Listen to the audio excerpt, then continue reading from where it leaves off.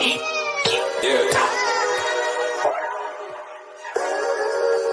We really boxing. Who wanted the battle? Let's see. Oh, we boxing? Yeah, we boxing. I need that belt like it ain't no other option. So we punching and weaving and blocking. Defeat ain't an option.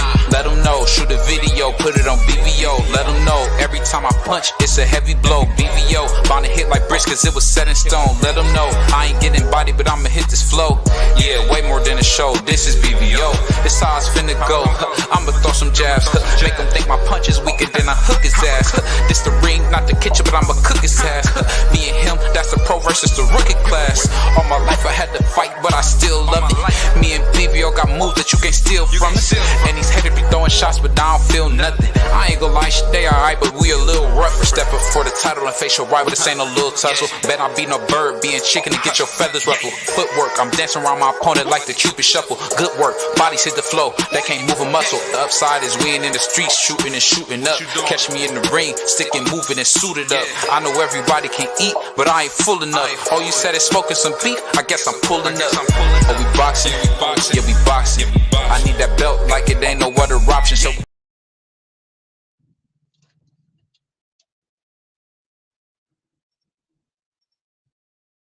what's good, bro? Can you hear me?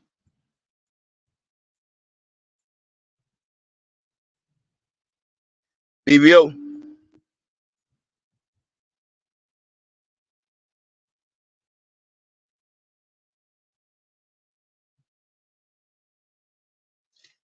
You there?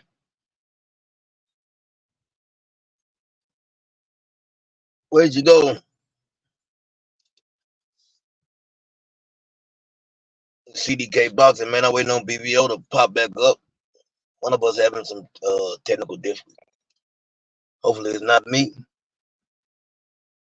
See what's going on. Yeah, can you hear me? Yeah, I can hear you now, bro. Okay, we in here now. Hey, so I don't know if you got a chance to watch that fight, man, but I was definitely let down by Canelo's performance, man. What about you, man? Yeah, I mean, yeah, I got what I expected. I just, I've been seeing like the decline for a minute now. So I kind of expected that. I think Hammer McGill came out, you know what I'm saying? You could see the inexperience in him. And I believe Canelo really could have got him out of there. But it was like, I don't know what was going on. You know what I'm saying? Like at times he would put his foot on the gas, then he would let up. I believe it has a lot to do with his conditioning. And, his conditioning has always been a problem. But it looks even worse now to me. So I think that was the issue right there. Because I believe he could have really, finished that fight last night. Yeah, the funny thing about it is whatever you struggle with in your 20s, it's going to be even worse in your 30s. So if you got a gas tank now, at 20, you're going to have a horrible at 30. And I think that's what it was because Canelo, I would have thought he didn't train for this fight because he was so winded and gassed. It just was like, at some point we got to get real here. Like, I don't know. That kind of threw me off that he was so gassed like that. What about you? Yeah, but like I said, I kind of expected it though because I've seen him. He's always been like a type of fighter that in the later rounds he kind of, he kind of whatever, kind of lets off the gas. So it didn't really surprise me. But like I said, Hammy actually done better than I thought he would because I actually thought Canelo was gonna stop him. So I had picked him to stop him before the 10th round, and that didn't come out. It didn't play out like I thought it would. So it shocked me. I'll say this though. I definitely don't think Canelo is going to stop anybody anytime soon going forward because he stopped Caleb Plant, but I think Caleb Plant was more tired than anything. So I don't necessarily think he got the ability to stop cats like he did before. To me, I just thought it was a terrible performance, man. I love Canelo, but that was a terrible performance, man. You got to get Jaime out of there, bro. Yeah, and you're right. And if you know something about Caleb Plant got a bad gas tank at times. You know what I'm saying? So he was tired, and I think that played a big role in Canelo stopping him because Caleb Plant gets tired in the later round too, and he kind of gasses out. And that's what I keep telling people that being honestly, a lot of the Canelo fans they hate to hear it, man. They get in their feelings, or it's like you can't say Canelo's name if you say anything, it's hate. You know what I'm saying? Like I was telling some people earlier, man, going back and forth in my comment section with some people when I told them that, I believe David Benavidez beats him. Oh man, they like to lost their mind. And I'm just stating what I see and what my, like I tell my time, it's my humble opinion. I could be wrong. But at the time right now, in this moment, I believe like David Benavidez, because of the fighting style, because of the pressure he applies, I believe it's gonna be too much Canelo. Yeah, that's a good point. And I think the thing that I liked a little bit was that how honest Canelo is being. I think Canelo is really going to use this Benavidez fight as a cash out because I mean I don't want to kind of be too hyperbolic in this, but he looked kind of finished though. I don't know if you see that he looked finished. Yeah, That's Canelo. I mean, think about no head movement, no waist movement. I mean, he literally stood in front of him there to be hit, and Jaime is an idiot. Like that's insane. Like I seen Jaime kept dropping his hands at his waist. And I'm like, dog, what is this? What are we watching? Like, yeah, yeah, yeah. And I you know mean, what's crazy? what's My that? fault. No, go ahead. Uh, Go ahead. With Canelo, you're right. The head movement's not there no more. You don't really see the movement. He's standing flat footed, and like you said, Hammond was dropping his hands. He made a lot of mistakes, but that comes from him all these fights, and that's what I said about them. Taking these fighters, man, and just putting them in all these fights and not getting the real experience. Hammond McGill wasn't prepared. He maybe was a year away from being ready for a Canelo fight. In my humble opinion, I think another year, what I'm saying, he might would have been ready for this type of fight. But you can see the experience factor in there, and that's what Canelo relied on a lot. I just think, what I'm saying, with David, Yeah, what I'm saying, it's gonna be a whole different ball game. And you notice when Canelo started talking about, basically he kind of downplayed the David Benavidez fight at first, but you heard the boo from the fans, and them are Mexican fans. They started to boo, and that's when he changed up his whole persona, and he'll fight anybody. He got into that type of talk because he noticed it himself. yeah. I mean, it's you know what? I'm gonna be honest with you, man. For that super middleweight division, David Benavidez pause is huge, though. Like, I'm Yeah, gonna just be honest. He's huge, man. Like, I'm not trying to fight this dude if I'm Canelo, yeah, because don't forget Canelo's only like 5'6", five yeah, seven, maybe, and that's a little bitty dude. You know what I yep, mean? He's not even a big 5'7". Like, he's a yeah, little yeah, 5'7", man. Like, so it's like, dude, you really the fact that he able to fight in these high weight classes is just amazing. But right. he's not gonna beat Benavidez from what I seen last night because I think his mind had it, but I don't think his body was willing to match it. And Yep, that's the yep. problem, man. Because Jaime I has some think really good body work. Go ahead. I think he fights Berlinga, Nick. I ain't gonna lie to you, and I think that's another victory for him. I think that's the route he's gonna go. The only way he's gonna fight David Benavidez is gonna be a cash out fight, and the money gonna have to really be right. That's the only way. Oh, the money's hey man, CDK, I ain't even gonna tell you, you know the money's there, bro. The Yes, money there. to see him fight Benavidez, and we talking about PBC, bro. The fight that we watched last night, if that was on Golden Boy, it would have been trash. If Yeah, Golden Boy would have had that full card, that would have been a trash. That would have been a trash whole card. But I gotta say this before I finish talking about Canelo. Man, Mario Barrios put on a masterclass last night.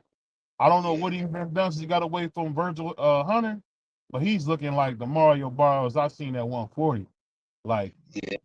tough, rough, rugged, throwing hand. You see how much leather they was throwing, bro? Man, he They don't was be. throwing He, that hey, leather, baby. that dude a I- warrior, man. Mario Barrios is a warrior. And I ain't got no more respect for him, man. I love him as a fighter. I think, what I'm saying, he's underrated. And I feel like the fight with Tank, I feel like that he was too big for that weight class. Not taking up on what Tank did, but I think that played a part in too, what I'm saying, a part of the fight. Mario Barrios, man, I think he was always too big for 140 at the end, you know what I'm saying? And I think now you're seeing the real Mario Barrios at 147. yeah, yeah. And I get these guys don't want to start at 47 because they want to be like multiple division champions, like Tommy Hearns or Sugar Ray Leonard. But at the end of the day, man, I think for health's sake, I think more guys should consider, you know, fighting closer to their weight and just work on your chin and punch Yeah, resistance. Because when I seen Devin Haney in that interview, bro, it looked like he ate the old Devin Haney.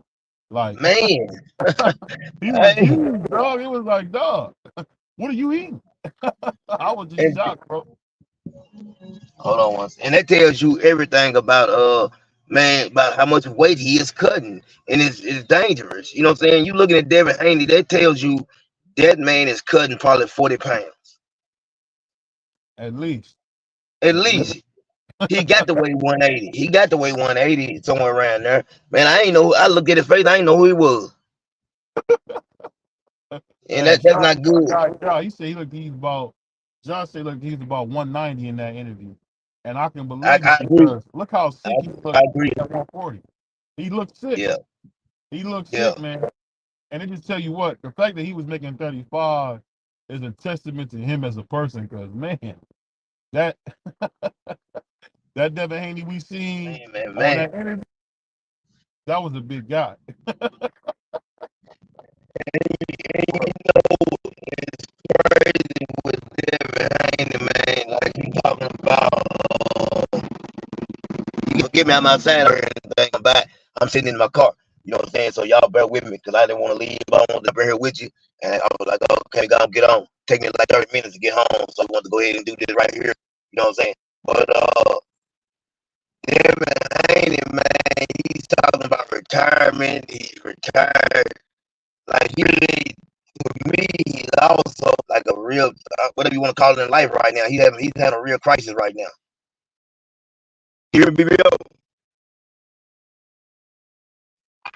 BVO, something happening, going through it right now.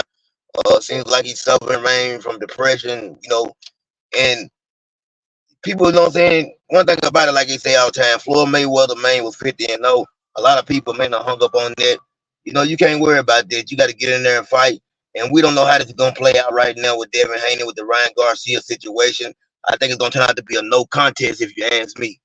You know what I'm saying? I think it's what's going to happen. I think it's going to be a no contest with them finding something in Ryan Garcia's system, not one, but two banned substances. And you know, it's just so much going on right now. You know, you're hearing Tank Davis and his whole team, like they rallied behind Ryan Garcia, and with some crazy accusations from Tank and his team. It just doesn't make sense. I just don't understand Tank Davis, man. I was a fan of Tank, and I really lost a lot of respect him as a person. Tank to me, man, is just really a despicable human being. I'm gonna keep it real. Uh, Can you hear me, BB? I can hear you. I think, man, with Tank, I think the thing I'm learning with him is he just the classic dude from the hood that made it, bro. And I'll be totally honest, man. Yeah, He really don't have any class, and that's okay, man. He's a fighter, bro. Like the man's not a politician. He's a fighter. I think the way he was disrespectful to Frank Martin, it was just I don't know what it is, man. But whenever he fights somebody, I would say black, it's like yeah, it's F them. Devin Haney do the same thing. They both do that. Like, oh, F them, I'll hurt you. The Puerto Rican kid Shakur do the same thing. You know, it's sad that when two black guys fight, it's all of a sudden F you and your mama. But when you fight the Spanish guy, oh, that's some respect. I appreciate the opportunity. Blah blah blah blase blase. And it just blows my mind that these cowards can talk like that. And it's like, yo, this is man. your brother, man. You You know what? can't talk like that. And you know what's crazy, man, is that classic syndrome of something I talk about all the time. Like something that I noticed, man, in my time. Like I noticed this, man, this is crazy, but I spent some time in prison. And this is something I learned. Like I seen guys get off the bus, man. White guys, they would get off the bus, right? Yeah. Nobody paid them any attention. Wouldn't look at them or nothing. They go on their merry way. Mm-hmm. But when a black guy stepped off the bus, every black person, he was putting their mug on, trying to see who he is, trying to see if they got problems with him. And I just couldn't understand that, and I still don't know why we treat each other like that. And it's crazy to me, man. But that's how we act towards each other. I think, to be honest, man, we don't want to admit this because we want to say that we passed it, but in some ways we're not. We were bred to not to trust each other, and the Yep. reason that we were bred to be that way is because there's always a good way to divide us. Because we the most divided culture there is, man, when it comes to issues, and whether it's the man versus the woman thing in our culture that's coming on big right now. It's tough, man. It's tough because they really want to divide us, man, and we fall right into that trap. And just to see Tank Davis, you know, I don't remember him talking to Leo Santa Cruz like that. I don't Nah, remember he him didn't. talking to Jose Pedraza like that. I just don't remember him talking like that. Maybe I'm Nah, being a little hyperbolic, but dog, I don't remember him talking to them guys like that. I just don't. yeah, man. Yeah, I can't remember either. Like I told you, I know you see my video. I called it the four dummies. We had the four king, then we got the four dummies. Javante Tank Davis, Coach Kenny Ellis, uh, Coach Calvin, and Ryan Garcia. I'm now calling them the four dummies. You know what I'm saying? Because I have never seen no individual. Some of the stuff coming out of their mouth right now, man. I mean, it's so ridiculous that I think a person that don't even know nothing about boxing could tell you, man, they don't know what they're talking about, or they just making stuff up. And you know, Coach Calvin said something to me that really was crazy. He said, "Well, why would Ryan like?" And I told you off camera, I'm not gonna say Ryan's guilty or not. You know what I'm saying? I don't know. I said let's let it play out and let's see what happens. You know what I'm saying? I did. I not told you that. Can you hear me? What keep going wrong with you, BBO? With your Yeah, I seen that. okay. So you know, You I'm see it? saying that myself. Yeah, I can hear you. I'm saying that, and you know, I was going for Devin Haney, but I feel like the due process, and I feel like everybody should have due process, and I feel like I thought you were everybody going should for have the Ryan, man. opportunity. You know what I'm saying? Everybody should have the I thought you were going opportunity for to Ryan. prove, huh? You weren't going for I can't Ryan? hear you. You know I wasn't I going thought you for was Ryan. going for Ryan. No, but I am pulling for I am pulling hoping that didn't intentionally cheat it because I hate that in boxing. And so I want to give everybody the opportunity to prove whether they're innocent or guilty, whether they one thing we know it was in his system. Now how it got there is the question. You know what I'm saying? And I think Ryan definitely needs a better team around him. If he didn't know or you're taking supplements, you know what I'm saying, you should always know what you're putting in your body. You know what I'm saying, at all times.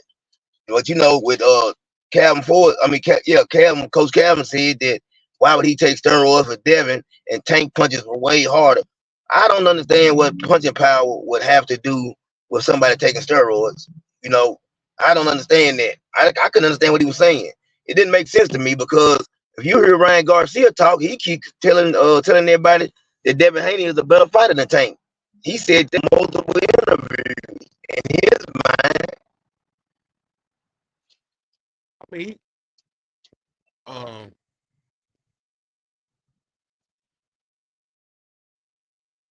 What you say? I think the thing that's so I think the thing that's so crazy that we got to remember is Devin Haney is a different kind of fighter. He like Paulo Malignaggi. He's very tricky. Yeah. Where Tank, I'm be honest, Tank is pretty straightforward, man. Tank is gonna counter punch you. You're gonna make a mistake. I think Tank, and people probably wouldn't agree with me, but I think he's a more powerful Mildred Taylor. I really do. Mm. I think that's what Tank is. I think he's a super smart boxer, but he gonna knock you out.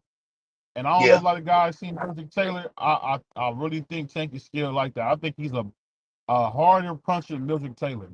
Because you know that was Yeah. Mildred Maybe. Taylor. One thing he didn't have. He did not have the smoke on that hand. But Tank Yeah. got that But smoke on his hand. And I think really to tell you the truth, man, I want to commend Tank for at least sticking up for Ryan because, like you said it best, man, he deserves a fair shake, man.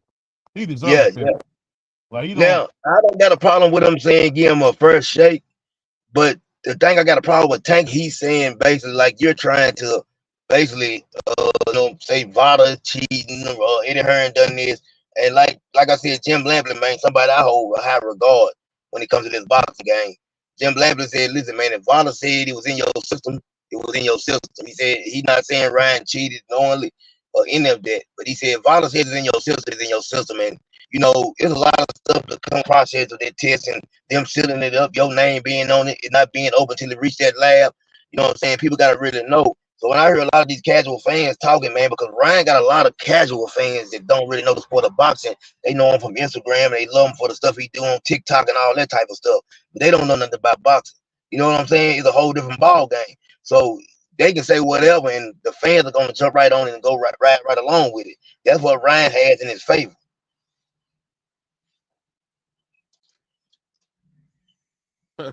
I mean, salute to my brother D3 talking crazy, talking about Tank ain't no Mildred Taylor. I say in my humble opinion, I think he's a more harder punching Milton Taylor because that's what I see. I mean, Milton Taylor was skilled. Am I wrong to say that, CDK? Wasn't Milton Taylor super skilled? No, yeah, he was a very skilled fighter. I mean, I don't know if Tank. I would have to really go back and compare him. You know what I'm saying? Because it's been a long time since I've seen a Major Taylor fight. But I would really have to go back and look at him before I make that kind of you know what I'm saying, assumption or whatever and say, well, yeah, he's like Major Taylor. I can't remember. Maybe you've had opportunities to see Major Taylor lately, but I haven't. No old fights or anything. I'm a boxing nerd. I was watching Milton Taylor versus Chavez, man, and he was winning until he wasn't. So, Yeah. That's another story. yeah, so it's like I think Willie, to be honest with you, man, because I know a lot of people don't like the comparisons. Uh, hey, is a great fighter, and I just hope to see him in the ring with the more big time fighters because I really love to watch Tank fight, man. I really do. Well, I I ain't mean, gonna lie to you. I like Frank Martin as a fighter. I don't think he beats Tank. But I think he gonna get Tank a good fight. I'm picking Tank, but though I do think it's gonna be a better fight than people think. yeah, it's gonna be like Chop Curly versus Floyd, Pretty Boy Floyd. I mean, there's a good chance that he could drop Tank. There's a good chance he can drop Tank. I know everybody want to play games like Tank can't be dropped. I think Tank might get dropped in this fight for the first time because Ooh. I know for a fact Frank Martin can punch, yo. Frank Martin can punch, and Oh yeah, I mean he pumped. I hear my brother D Free talking about Ryan cheated, but in the words of D Free, were you there? Did you see the test? Till we get to B sample, man, I ain't saying nothing because I'm, your phone keep going in. Your microphone keep going in and out, BVO. I know what D3 saying, and I'm just holding on D3 for the sample, man. I got my opinion on what I think it's gonna be. Like I said, what I'm saying, I think it's gonna be a no contest at the end. You know what I'm saying? And we know it was in the system, ain't no doubt about it. So I'm just waiting to see, you know what I'm saying, how everything plays out. But he is facing a 2-year suspension, from what I heard today. That's what they hit Amir Khan with, was a 2-year suspension behind the same PED. BBO, you need to pull D3 up here. I don't know what's wrong with your microphone. You in and out. Or is it me? If one of us is in and out. I don't know if y'all can hear me. But okay. What up, Free, man? Can you hear me? Can you hear me, D3? Free. Can you hear me? Can anybody hear me? It may be me. Cause like I said, I'm in. You can hear me, Free? Free. Free. Can anybody hear me? Hold on. Okay, Free, can you hear me? Yeah, I can hear you. Am I going in and out, or is the BVO going in and out? It sounds like yours is chopping up a little bit at times. Okay, because I'm out of town and I'm gonna head back to the house. I'm only like 20 minutes from the house, but I stopped, you know what I'm saying, so I could do this. I was right here at the casino and I was getting ready to head back out, and BVO hit me up, so I jumped in. But I knew he was gonna get to trying to do some slick talking, and I ain't know if nobody was gonna be on stage and put a stop to it. Yeah. You know, BVO always trying to put his little twist on everything. Nah, what I said is when I said he cheated. Uh,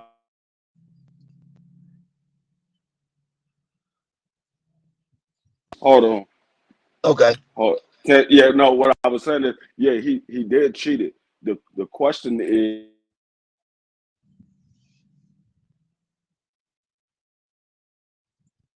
I don't know what's going on.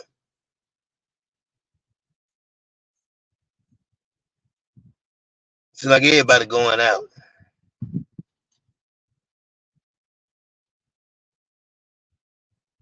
Is anybody up here but me?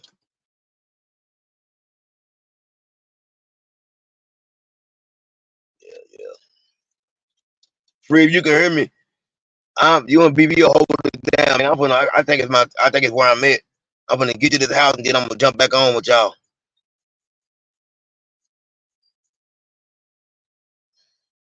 You hear me, Free? Free. I can't hear you. Okay.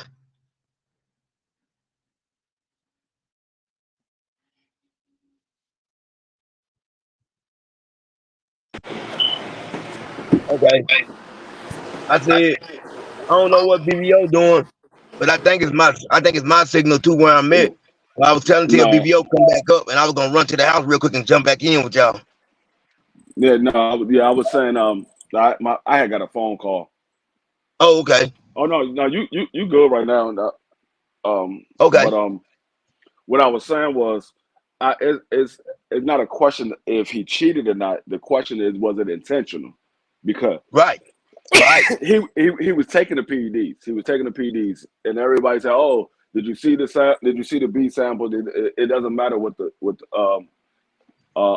did I see it or not? I saw the A sample. The B sample is the A sample. All it is a backup to the A sample. All it is Yep. just is confirming what was in the A sample because it's the same urine. It's not a Yep. separate urine. It's the same urine.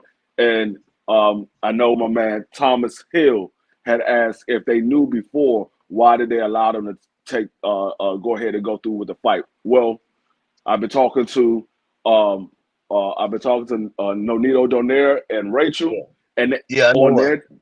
on their channel, they got the whole video of how the VADA testing goes. They got the Yeah, whole yeah. video of exactly how it goes. They take Hey, it. Free. They Let me take it. I ain't gonna cut you off, but look, let me ask you one question first before you can continue going, and you tell me if I'm right, so you'll know that I know. I heard. Now tell me, did they say this?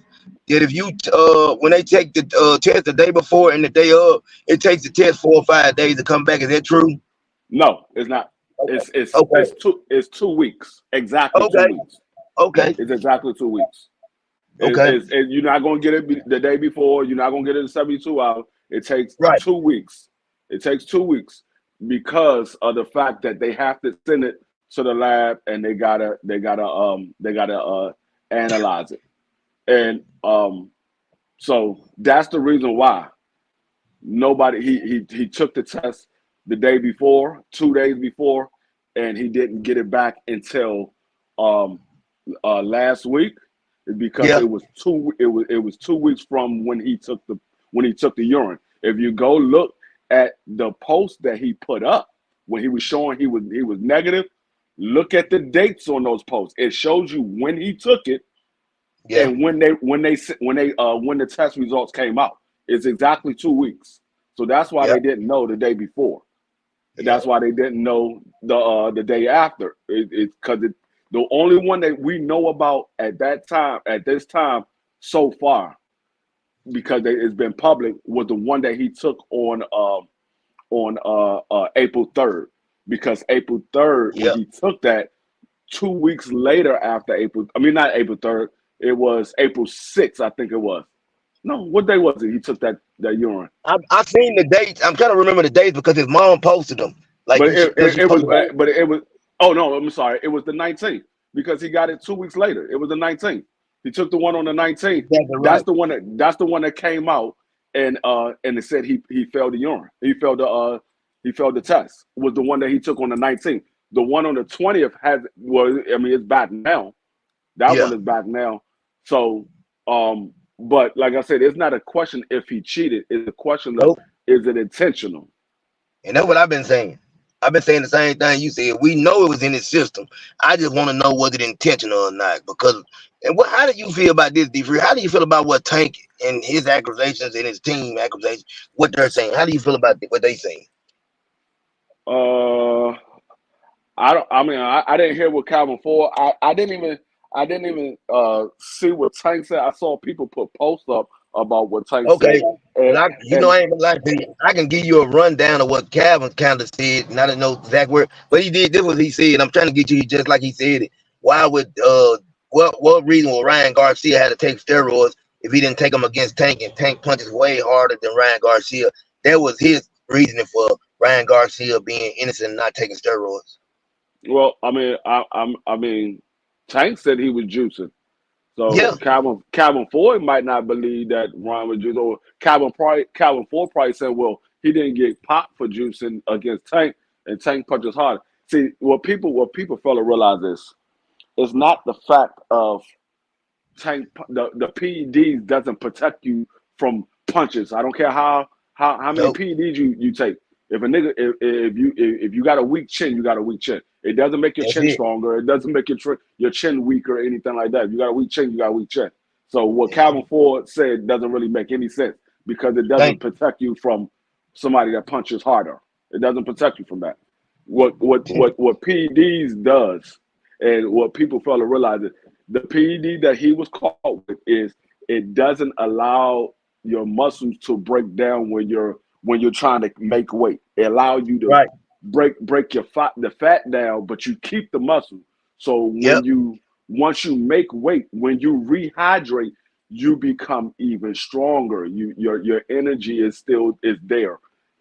That's what it does. And people say, oh, well, that doesn't have nothing to do with the fact that Devin Haney couldn't get out of the way of the left hand. No, it does have something to do because if Nope. he's stronger, Ain't that? and Devin wasn't able to get out Yep. of the left hand, that's the reason why it had the effect that it did. Because if Ryan That's what I. wasn't Yep. if he wasn't taking the PEDs and he wasn't stronger, those punches probably wouldn't have had that effect. So I agree. that's the reason of the PD. That's the reason why they don't want you to have it in your system because we don't know what you would have did as a normal fighter. We know what you did as a person that was on PEDs. We don't know what you would have done as a normal fighter.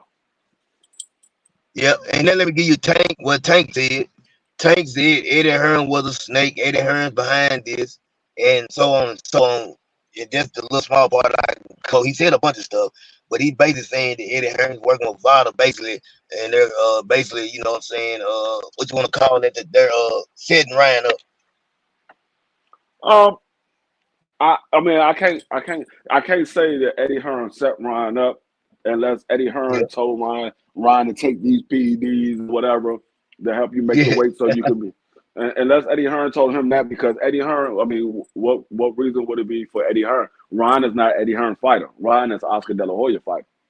Yeah. Yeah. He don't have no contract with Ryan. It benefits Eddie Hearn if Devin wins. It doesn't benefit him if Devin loses.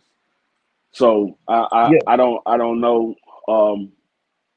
why he would No, tell Ron. he's trying to say that since it happened since Devin lost, that Eddie Hearn is behind this whole fiasco, making it No, seem like Eddie Hearn is going to Vada, trying to make, you know, you see what I'm saying? Like after this is what's going on since he lost. This is the next move what Eddie Hearn is no, doing. no, because like I said, if you go to Nonito and Rachel's channel and watch the video, nobody can actually tamper with the sample. I There's, already there's, know. there's impossible. Well, I ain't gonna say Impossible. I ain't gonna say impossible. I mean, they didn't say impossible. I'm saying it's impossible for any outsider people to Yeah. to tamper with that sample. The only way that sample will ever get tampered with is if it happened at the lab when they was That's testing it. it. That's the That's only way because it doesn't come in a plastic container. It's in a glass bottle, so you can't penetrate the container without yeah. breaking the seal. That's the only way. And that seal would have had to been broke. Nobody can touch that sample while you're doing the test except for the person that's actually taking the test. When they urinating in the cup, the person that's urinating, the only one to touch the cup. When they Yep. when they open up the bottles, the person that's taking the test is the only person that's opening up the bottles. All of those containers come in a sealed plastic container. They got to open up the seal, check the numbers, make sure the numbers on the box is the same number that's on the bottle. Make sure that Yep. number is the same number that's on the wrapper. That be the plastic that they're going to put it in. They got it's like I said, it's impossible for any person outside of the testing lab to tamper with that sample. I agree with you because I'm gonna tell you, you know, Chris Algieri is a very smart individual. outside of boxing and everything that you said and they were talking about, he broke it down perfectly. You know what I'm saying? The science of it, the water testing, how it couldn't have been tampered with. Everything you saying, it's the same thing that I listened to Chris Algieri say. Yeah. So I like I said, it's not a question of was he cheating. I believe he was cheating. It's a question of was it intentional or not. Did he take those to have an advantage on for the fight? Did he take it for an advantage? And What do you think though in your heart of heart? I think he did. I really think he did. Of course you think that, Free. Of course you do, Free. No, I'm gonna tell you the reason why. I'm gonna tell you the reason why I think he did. The reason why I think he did is because he's making up lies and he's making up excuses why the stuff is in his system. So he took it to get an advantage. He took the supplements to get an advantage. He didn't know that the supplements was going to pop dirty. Either he knew the supplements was going to pop dirty, or he didn't know the supplements was going to pop dirty. Either way, he's making an excuse. Let me ask BVO this. Okay, I'm asking you because I'm like I said, I'm just keeping it down the middle, being unbiased and everything. I'm just asking questions. You know, BVO, remember, okay, Ryan Garcia at one moment said he didn't take any supplements. Then he came back and said he took supplements and it was in this, whatever that supplement was, and the company came forward and told Father they can test it. So why? And then his dad came back and said it was what's his name, Victor Conte. You know, they're like Free saying there's been all kind of excuses. So in your mind, BVO, what do you think? What's going on with all that? I don't know because I'm not, you know, I don't do it like my brother D Free. I know Ryan's a liar, so it's not like you can really believe anything Ryan say. I know he's a liar, but I don't think he took it on purpose. I don't think he meant to pop dirty, but he definitely took those supplements to get an advantage. So that I would have to agree with. I'm gonna say this. If you didn't take it to get an advantage, what was the purpose of taking the supplements? Oh, what was the purpose? You can see it because in those spurts he could fight, being full strength, he was pushing the life out of Devin Haney. And I will admit this, Devin Haney won, I think, pretty much every round that he didn't get knocked down on. So, but to be honest with you, it's a witch hunt. What's going on with Ryan is a witch hunt. No, it's not a witch hunt. It's not a witch hunt. It's not a witch hunt. He popped dirty. He popped dirty. That's not something you can deny. That's not something that's false. He popped dirty. It's not a witch hunt. He popped dirty. That's a known fact. Ryan knows it. Devin knows it. The testing lab knows it. Everybody knows. He popped dirty. That's not a witch hunt. The only thing they're trying to find out is, was it intentional or was it not intentional? That's the only thing they're trying to find out. It's not a witch hunt. I believe it's intentional because what do you take supplements for if you're not trying to gain an advantage? The supplements is to get an advantage. Whatever type of advantage it may be. It could be an advantage of losing weight. It could be an advantage of gaining muscle. It could be an advantage of getting endurance. It could be any number of things of the advantage, because a person that's not trying to get advantage would do it the natural way. You take a supplement to get an advantage. You take the supplements to get an advantage. So however you might look, he didn't mean to have that in his system, but it was still to gain an advantage. It was still a gain advantage. He might not mean to do it illegally, but he was still doing it to gain an advantage. Hey, let me ask you this. You're actually right about that, Free. Let me say this real quick, CDK. I think you are right about that. I mean, I usually, because I know my brother B Free is from Wakanda, I usually don't agree with him. But it was clear that he took it for an advantage because Ryan didn't train. And you could tell he didn't train by how hey, I would have thought Canelo didn't train because as gas as he looked and that fight versus McGee, I don't know what it is about these guys' conditioning, but they're not taking the sport serious.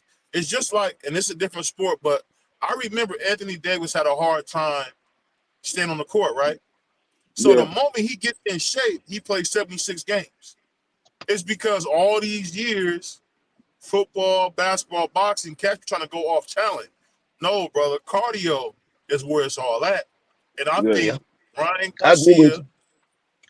Garcia took something that he thought would help him with his cardio issues because he's not running. He's not putting the work in. Because say what you want about Tank or any other fighter that we talk about to death. Them brothers, you can't run like Shakur if you're not putting the work in.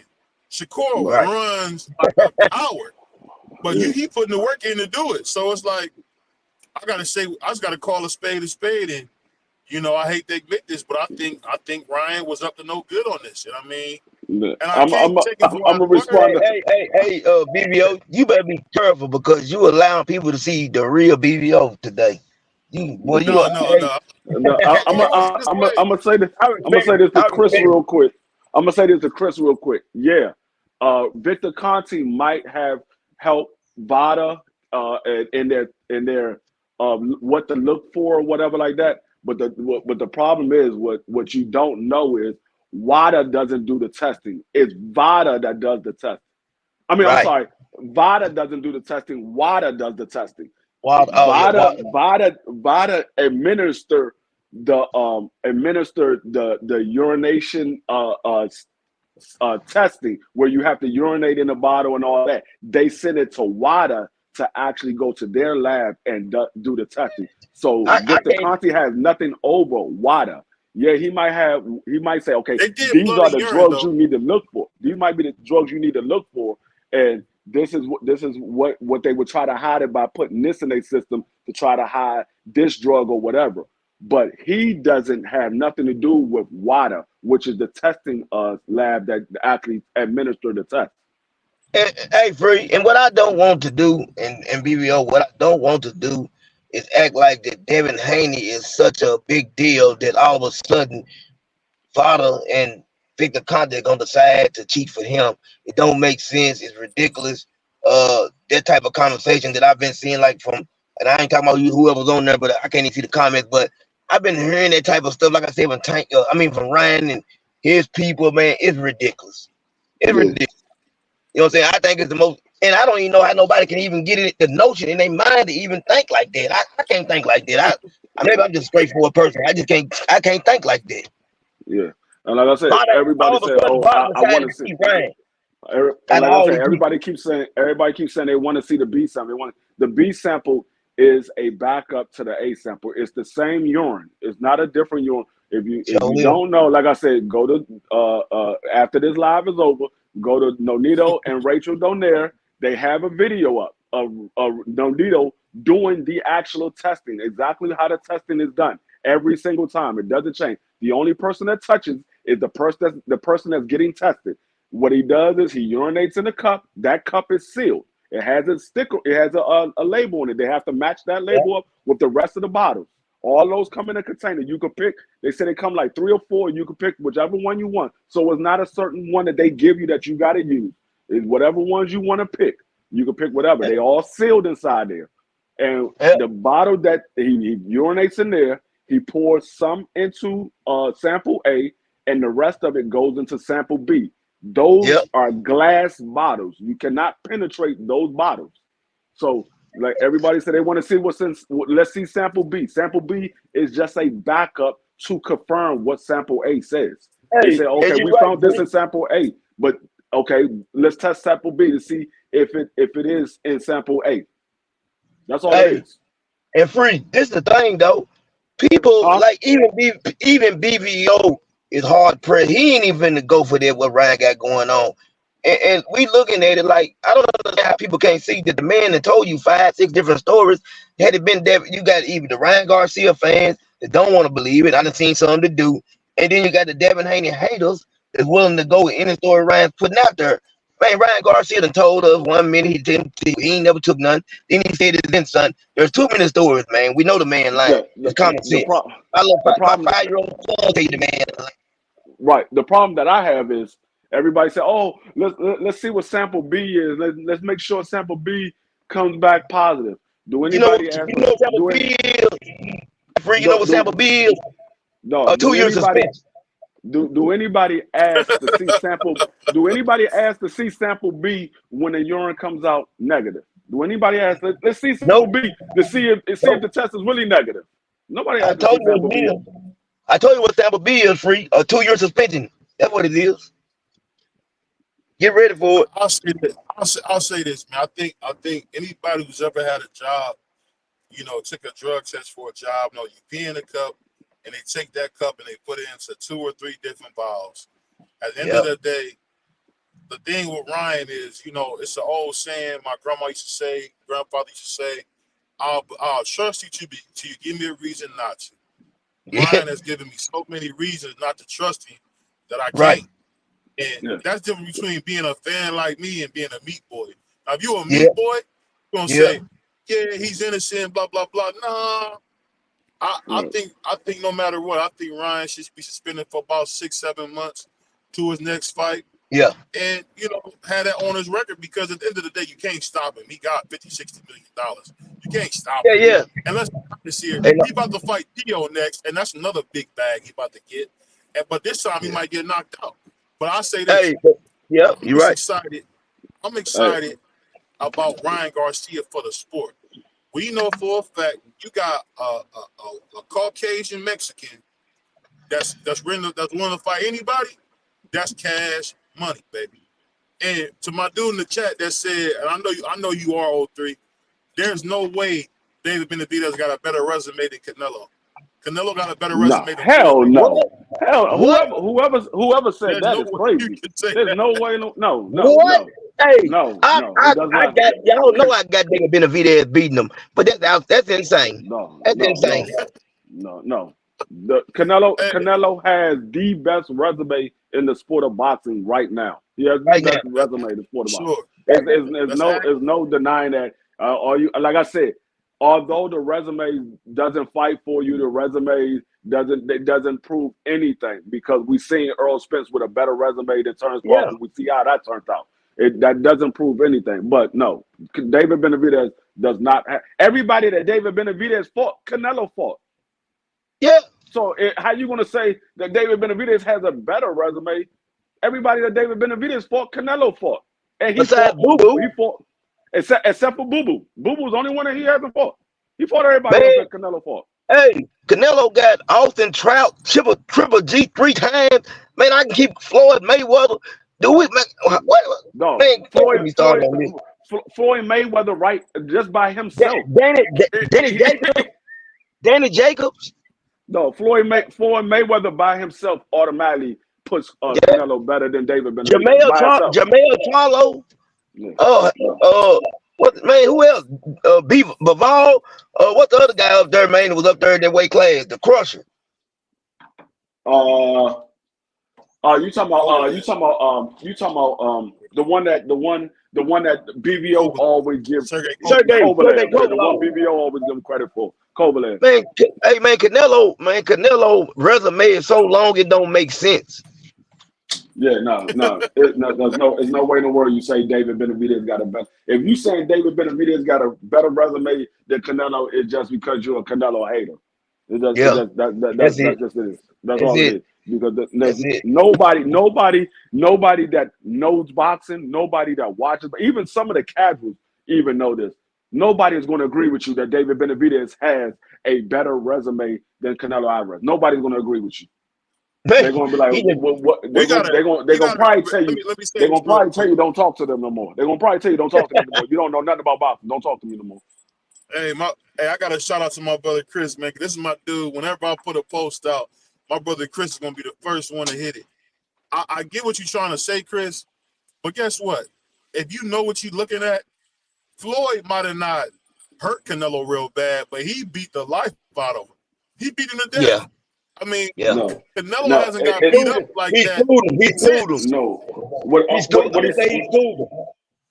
What he's saying, what I'm saying is when I say Floyd by himself it questions David Benavidez's resume is because Floyd by him fighting Floyd. Yeah, you don't. The resume doesn't mean that you beat everybody. That's your legacy. The people that you beat is your legacy. What your resume says is the people that you have fought. So yeah, he might have got beat up by Floyd, but that's an experience fight that he got. That's a legacy fight that he got. David Benavidez don't have that. It's on his resume. I forgot. Yeah. And look, I gotta say this right here because I just done a man a disservice that I should have named, man. Laura. That man, the truth. And still right now to this day, at 40, he's still fighting and looking good. Canelo fought him. Yeah. And you know, I'll be honest, Canelo, that fight could have went either way. I always hate that Canelo didn't give him a rematch. But then again, I gotta say this. I know Oscar never wanted that fight. So Oscar and all them punks can say what they want. I know they didn't want him to fight Laura, man. And he went in there, and I'll be honest, almost lost. You don't believe me, even what Chris said. Even what Chris said at 168, David has a better resume. He doesn't. He doesn't have the only person that David fought at 168 that Canelo didn't fight was Boo Boo. And Boo Boo was moving up from 160. That was his first fight. That was his first fight. No, that second fight. That was the second fight. But he looked bad. Oh, you're right. It was the second. Yeah, he looked bad in the first fight. Canelo fought Billy Joe Saunders at what weight class? He fought him at 68. 168. Right. He fought Caleb Plant at what weight class? 68. Caleb Smith, where you fought him at 168? 68. Yep. Man, hey, listen, man, let it go. Cassius be talking, man. Cassius be talking. But I gotta say this real quick, man. Man, I'm so disappointed. I actually got to hear from my man Iceman Scully. There won't be no King Arthur versus oh my God. King Arthur is hurt again. He's hurt again. He did something. That hurt me, man. What's the guy? Bibble. Yeah, Demetrius Bibble. That fight is canceled. Yeah. And that hurt me. That hurt me. What happened is, I'll be honest with you, man. I looked at Arthur. Oh, let me say this real quick. I'm trying to tell you from talking from his trainer. I just want to say that I'm wishing him a speedy recovery, but I think he should retire because every time it's time to fight Bivol, he's always hurt. And I'll be honest, if there was a fight now, after what I heard, and you guys want to hear more, I'm just going over what Iceman told me. I think he needs to retire, man, because he's just getting old. It is what it is. He's too old, man. Hold on 1 second. Hold on 1 second. Nobody at 68 outside of Canelo has ducked David Benavidez. That man has fought everybody at 68 except for David Morrell and Canelo. Yeah, nobody. You can't say that he's fought everybody at 68, but everybody ducked him. That those two don't go together. It doesn't make sense. That's Chris. No, nobody at 68. Nobody at 68 ducked him except for Canelo. Yeah. That's all he doing. He know. But King Arthur, he tore something in his knee, and he broke something in his. I think he tore something. I'm sick of it. He got to get surgery done, and they say he probably won't be ready to fight until like September. He won't be ready to fight. Hey man, you know what? I wish Benavidez could have pulled out of this fight and replaced him. Lord have mercy. That'd have been nice. It would have been nice. David Benavidez never called out David Morrell. David Morrell called out David Benavidez. You got it the other way around. Yeah. He never called out David Morrell. I gotta agree with that. What he said was he said I will fight him, and that 2 years ago, Ronnie Shields said that David Morrell wasn't ready. But last year, David Morrell said and Ronnie Shields said, okay, he's ready now. And David Morrell has been on David Benavidez's helmet ever since then. And David Benavidez has not acknowledged him. Yep, and free. Now hold on, he did just acknowledge him big time in the interview. Let me say this. Hey, PNM Boxing, pull up, man. Pull up, man. I know you don't come hang out with the brothers, man. But pull up for a quick second, man. Hey, let me go ahead. Hey, let me say this. Now in the recent interview, he just stated that he is willing. He said he wants to take this fight he got coming up. Then he wanted to face the winner of Bivol and Beterbiev, and then he wanted to go from there. He said his first title defense would be against Dave Morrell. He said that's how he wanted to play. He just said that, so I respect it. Yeah, I mean, that's fine.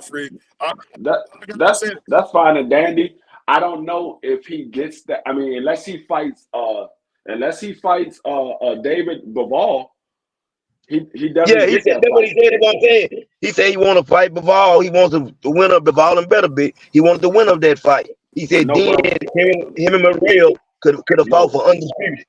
listen what That I'm was his saying. word. What I'm saying is, unless he fight unless he fight Demetrius Bivol, he doesn't get that fight right away because that fight has been put off. So Yeah, I know. unless he goes in and say, okay, I'll fight Demetrius Bivol, and we can go ahead and get that fight in, and then I'll fight David Yeah, Morrell. Unless that he happens, said that before. He said before Arthur got hurt. Before he got hurt, he done an interview and he said he wanted the winner between those two, and then he wanted to face Dave Morrell for undisputed. He said him and Morrell, that type of fight deserves to be for some belts. Yeah, he did. And you know what's funny? I gotta give it to you, CK. You're absolutely right. I gotta be honest. David Benavidez has said some stuff. Like I always gave him a hard time about him, being scared of King Arthur. But you know what, Yeah, bro? The man said he told Morrell, you ain't gotta wait, you ain't gotta call me names. I'm gonna give you your fight. I'm gonna give you the fight. Now, when a yep, guy tell you that, I gotta just take my hat off and say, you know what? The Mexican monster's a real dude. He told this dude, you ain't gotta call me names. You ain't gotta talk bad about me. I'm gonna give you the fight. So yeah, hey, he said that. that's I'm gonna take that where it go, free. I can't believe the man said that. The man said, you ain't gotta call me names, you ain't gotta talk bad about me. I'm gonna give you the fight. We ain't never heard Canelo talk like that. And I'll just be honest. I love Canelo. He don't talk like that. Canelo don't talk like that. Yeah, David Benavidez is a real deal, man. He said that yesterday. He said that he just wanted to only fight Canelo at 168. Canelo's the only Yep, fight that he wanted at 168. And he said at the end of the day, right now that Morrell has moved up to 175, Morrell want to fight. Shit is on. So yep, Morrell gonna get what he looking for. yep, Yeah, I just say this, but Morrell, I gotta say this though, for David to say you ain't gotta talk bad about me, I'm gonna give you the fight. That's some old school stuff, bro. Like, like I'm coming to you, man. He not doing that. He not doing it because you know what it is. A lot of guys learn from Sugar Ray Leonard. People forget that Sugar Ray Leonard fought Thomas Hearns in his 20s. He didn't fight Marvin until his 30s. That was on purpose. That was on purpose. And people don't want to understand. People don't want to keep it real, but that's the Sugar Ray Leonard DNA where you don't fight until you feel like you're ready. And that's what a lot of guys have done. Floyd, Canelo, they all do that. But Morrell saying, you know what? I mean, David saying, you know what? It's all these Davids, but Benavidez saying, dog, you ain't got to say nothing about me. I'm going to give you the fight. That made my day to hear that when I heard that yesterday. I mean, that's good and all, but I still want him to have the same energy he had towards Caleb Plant, towards Jamal Charlo, towards all these guys he, that he was trying to get in the ring with. I want him to have the same energy. Bruce Gas, salute. yeah. I feel like he got it free. I ain't gonna lie. From me listening to his talking, his interviews, I feel like he got that energy. I don't feel like that man ducking no smoke with nobody. I'm gonna keep it real. Morrell ain't the one to play with, though, man. Morrell ain't the No, he's guy to not. be playing with, D3. I don't think you realize that. He's Morrell, not. he not no game.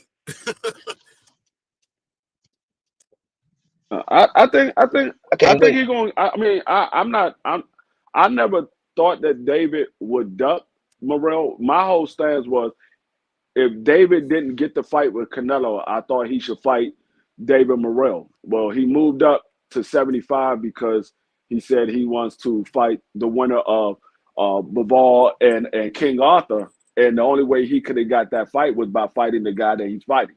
And so Yep. I didn't have a problem with it because like I said, if he was to stay at 168 and you couldn't get that Canelo Alvarez fight, you gotta fight David Morrell. Well, he chose to Yep. move up and go for the stronger fighters.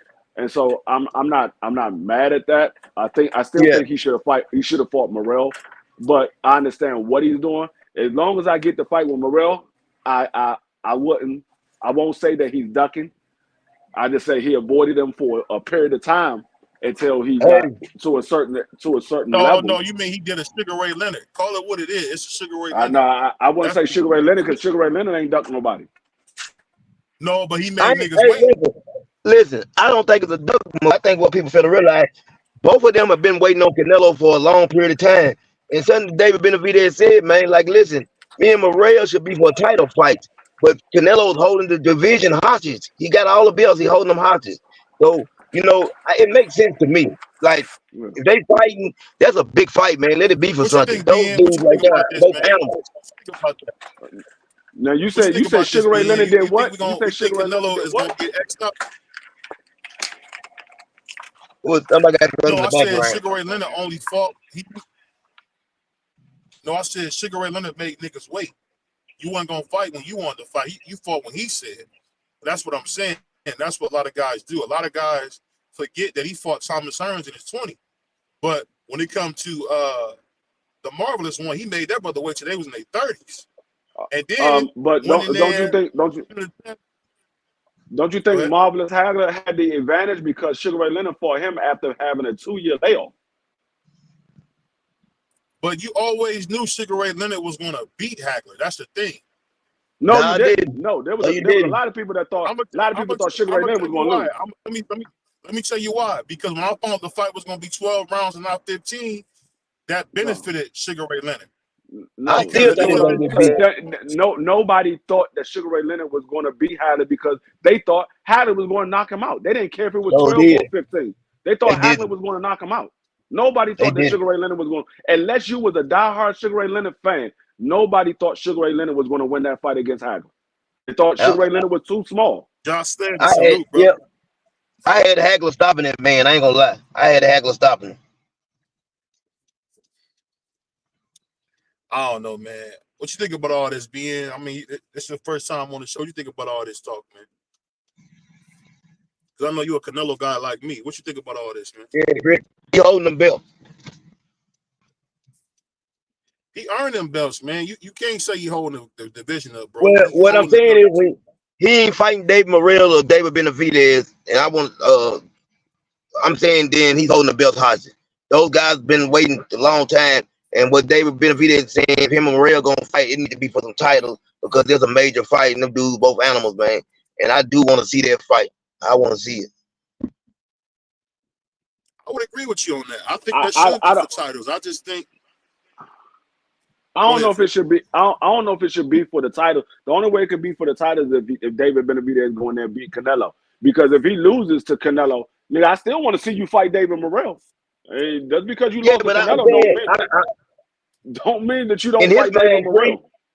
No, in his mind, he's beating Canelo. No, I understand that, but what he said is it should be for the title. So what you saying is if you don't get the titles, you're not fighting David Morrell. No, I don't think he's saying that. I don't think he's saying it. I think he's saying that it should be for something, and he feels like it's gonna be if he doesn't get opportunity.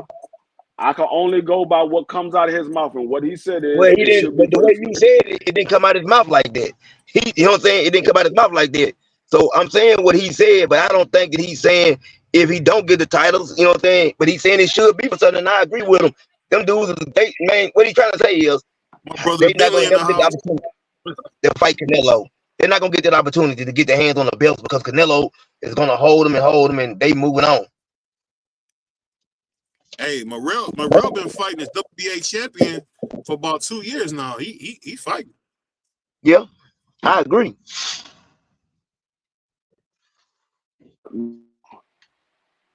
David BVO fell off, but no, David Morrell. I hear a lot of people saying David Morrell don't have the experience or he hasn't fought nobody or whatever because he only got 11 fights or whatever. Yeah, that has nothing to do with it. That man is a title holder or he's a champion. Yeah. Whether people want to count the WBA quote unquote regular or not, he's a champion. Yeah. They introduce him as the WBA champion. He's a champion, and that man deserves to fight the top level competition. He does. And that's the only way. I don't know what champion y'all say it's okay for them fight low level competition. I always say if you're a champion, you need to be. I don't agree with that at all. I think if you get your hands on the belt, then you need to fight the competition that's up there, the elite fighters. 100%. You know what I'm saying? Now, I have talked to some people behind the scenes, different fighters and some trainers and stuff, and they feel like that David Benavidez gonna wash him because they feel like he's not ready. That's their opinion. You know what I'm saying? I'm just saying from what people I've talked to, how they feel about it. He said has Canelo really fought the best at 168? Yeah, he fought. He didn't fight the best. He fought some of the best at 168. He fought some of the best because me personally, I believe David Morrell is the best at 168. Some people believe it's David Benavidez. Yeah, I believe it's Benavidez. That's their opinion. I'm not gonna knock it because David Benavidez is a hell of a fighter. That's their opinion. I just think nobody at 68 beats David Morrell. I put it this way. That's a different story because he hasn't been acclimated at that weight. But I think at 68 nobody beats him. But, hey, Free, put it this way. Canelo didn't fight the top two at 168. We're gonna put it that way. But if Benavidez you like, what is Morrell you like? Those are the best two. 168. Would you say that? Those are the last of the best fighters at 68. Those are the last two. Yeah. Because at one time, I mean, you can't say that he hasn't fought anybody because, like I said, those guys that David Benavidez fought is the same guys that Canelo Alvarez fought. Definitely. David Canelo Alvarez stopped Caleb Plant. David Benavidez went the distance. Now people say the referee helped him out or whatever. Whatever it is, Canelo didn't allow the referee to help him out. He knocked him out. Yeah, I agree. He knocked him out. And he beat Billy Joe Saunders. Yeah, he beat Billy Joe Saunders. And however you might feel about Billy Joe Saunders, he was a decent fighter. He wasn't no trash can and nothing like that. He was a decent fighter. He might not have been who he wanted Canelo to fight at that time, but he was a decent fighter. Yeah, he was no trash can. Definitely with no trash can. No, you know what I'm saying? Man, what time? Oh, I'm trying to think of who I was going to ask you about, Free. I was going to ask you about somebody. What would you like, since we can't get the Arthur fight, what do you think the next move should be for Dimitri Bivol? What do you think he should do? I really don't know. Maybe he fight David Morrell. David Morrell's moving up. Well, David Morrell got a fight lined up already. Dang. Yeah. He got a fight lined up. I was about to say he can fight David Morrell, and then you got to fight David Benavidez. I mean, then David Benavidez got to fight you. Do you think Benavidez and Morrell beat him? Bivol? Yeah. There's a chance that both those guys beat him. Bivol is not an easy. It's not an easy win. It's not an easy win. He's very technical. He got a long arm reach. The only problem is he doesn't have the biggest power. He doesn't have the biggest power. Now David Morrell, he just as long and he has power.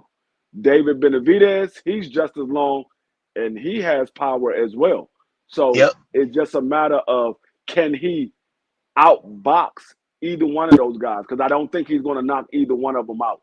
Can he outbox them is the question. And I don't think he can outbox David Morrell. I think there's a chance that he can outbox. You know what Benavidez said? Huh? Benavidez said, he sparred with Bivol a lot, and he said, man, he feel like it's easy work in a sense for him. No, I mean it's like I said, it's a chance that Bivol can outbox David Benavidez. I don't think he outboxes David Morrell, but I think it is a chance that he can outbox David Benavidez. But it's a 50-50 fight with any one of those three. Any one of those three. I gotta see. I'm gonna say this right here. I gotta see Morrell in there with maybe a Caleb Plant or something to just tell how good his boxing skills are. I think David Benavidez's boxing skills are excellent. I mean, that man, he put his hands together. He throws combinations. He throws a lot of punches. I gotta see him. I think Morrell beats. Listen, I think he beats Caleb Plant. I think he beats Boo Boo. I just want to see him. I want to get a real gauge on him. I want to see what happens when he in there with one of them. How he fares. How he look. I think Caleb Plant gets in there with David Morrell. Caleb Plant gets stopped in 6 rounds. I think he gets stopped. I think he stopped Boo Boo. I think he'll get stopped in 6. Within 6 rounds, Caleb Plant gets stopped. Well, I'm saying right here, Caleb Plant know how to. He can run for 6-7 rounds and then he gasses out. He good on his bicycle. No, he can run if you allow him to run. Yeah, he'll get on his bicycle now. He get on his bicycle. Like Canelo Alvarez allowed him to run because he knew that he was going to end up slowing down. Canelo Alvarez knew he had a gas tank itch. He said, okay, he's going to keep running around. He's going to slow down. And when he slow down, I'm going to take him out. Right. And that was going to happen. That was going to happen with Morrell. Morrell going to let him slow down and get him out of there. Yeah, but I don't think he's going to be able to run from Morrell for 6 rounds. I don't think he will. I think the difference between Morrell and Canelo is Morrell, both of them got power, but Morrell ain't load up with power. He throwing combination power shots. You know, Canelo kind of throws the one shot now, look for the one shots. He don't really put the combinations together like he used to here and there. That's gonna be the difference. What I saw last night is, and I saw somebody say he believed that Canelo beats them on experience alone. He saw it last night. What I saw last night, I don't know what everybody else was watching. What I saw last night was Canelo Alvarez get hit a lot easier now. Yep. If you see you see the fight prior to the Jamel Charlo when he fought John Ryder, he got hit much easier. When he fought Jaime Magia, he got hit much easier. And what he said was he didn't realize Jaime was as quick as he was. If you think Jaime is quick, David Morrell is much quicker than Jaime Magia. Much quicker and much stronger. David Benavidez is way quicker than Jaime. Yes, he's very quicker and both of those guys are stronger than Jaime Magia. So I think he's staying away from those fighters for a reason. I agree. Now he said he'll fight David Benavidez now, but he said that because the fans was about to boo his ass. They were booing. I said, thank you. They started booing, right? I'm glad somebody else heard it.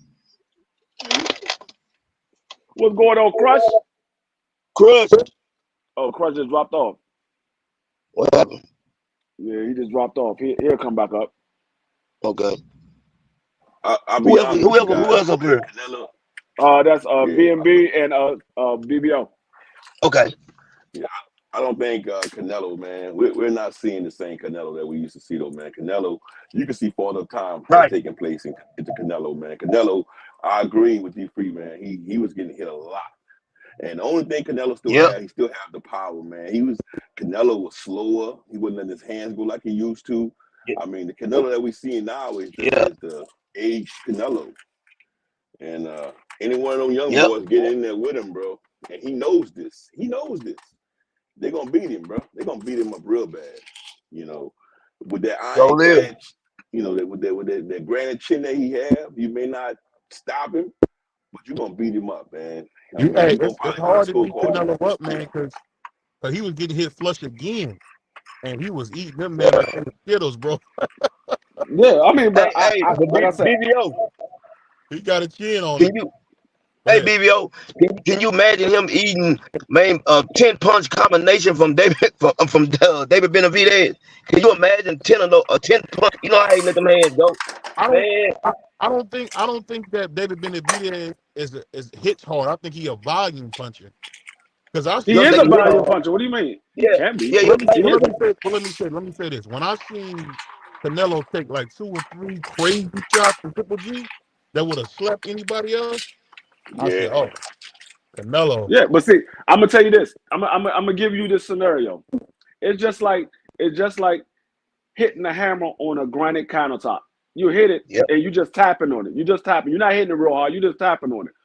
It's not doing any damage right now, but over time, that little tap will start to crack, and that crack will get bigger and bigger. Next thing you know, that granite countertop all of a sudden breaks away. That's the same thing with Canelo Alvarez. He got 65 fights. Yeah, you got a granite chin, but he's been getting hit on that chin.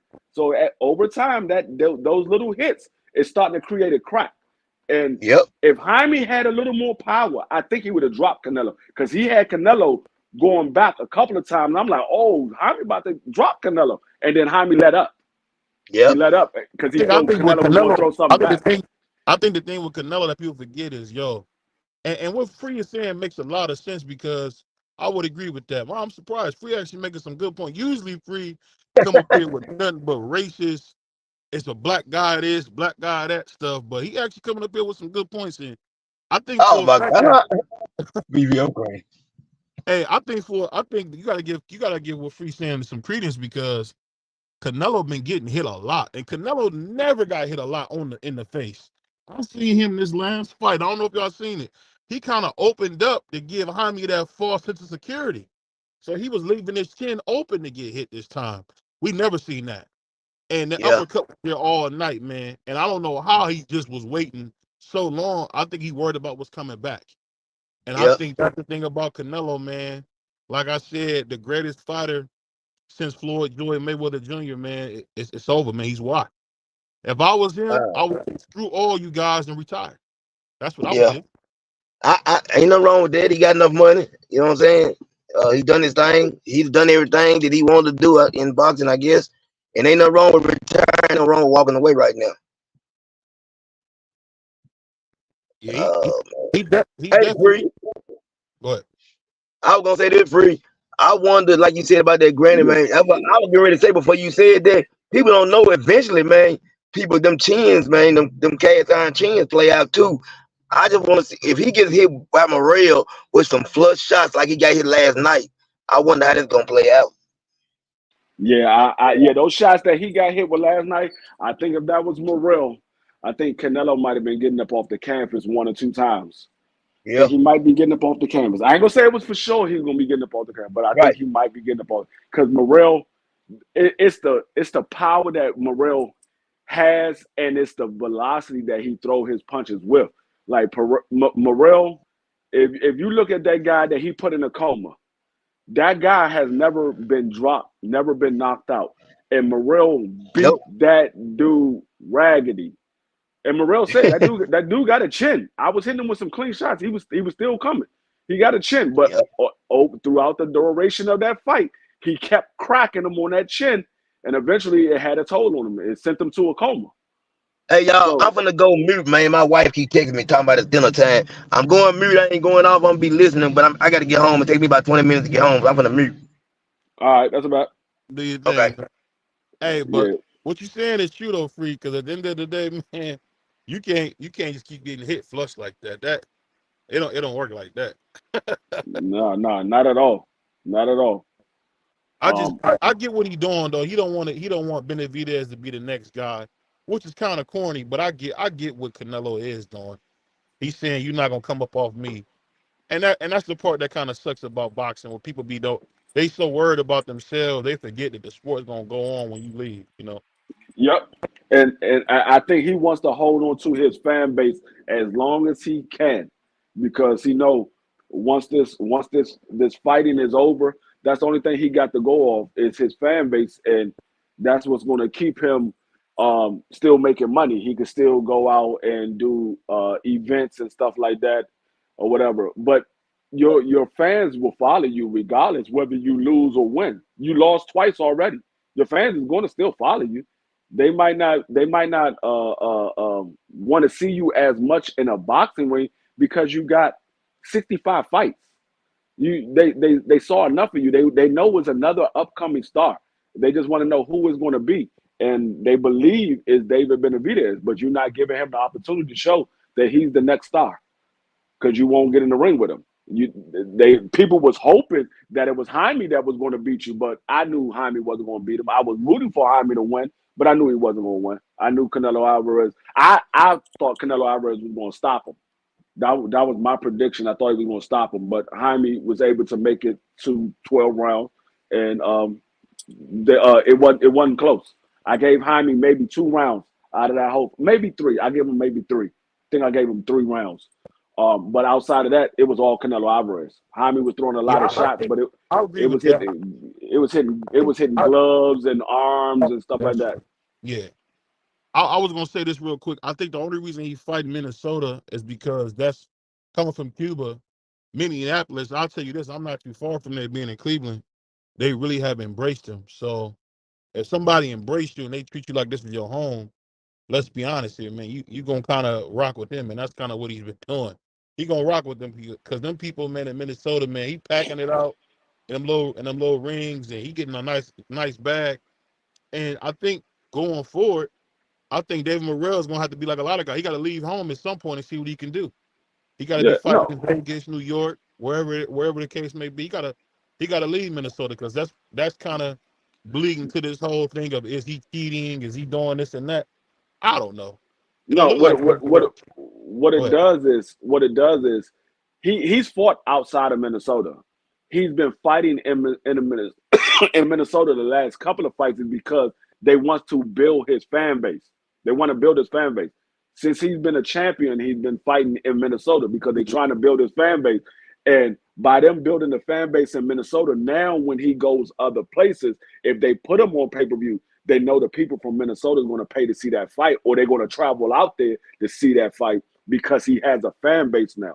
And that's what they're doing with him. They're building a fan base because we're already watching him. So now that he's building a core fan base where he stays at, now he has that fan base to either travel with him or pay for the fights when they put him on pay-per-view. I agree with you. Just like Terrence Crawford. I don't know if you ever been to a Terrence Crawford fight. Those people from Nebraska, they follow Terrence Crawford. I mean, dude, they follow him. I've been to several Terrence Crawford fights, man.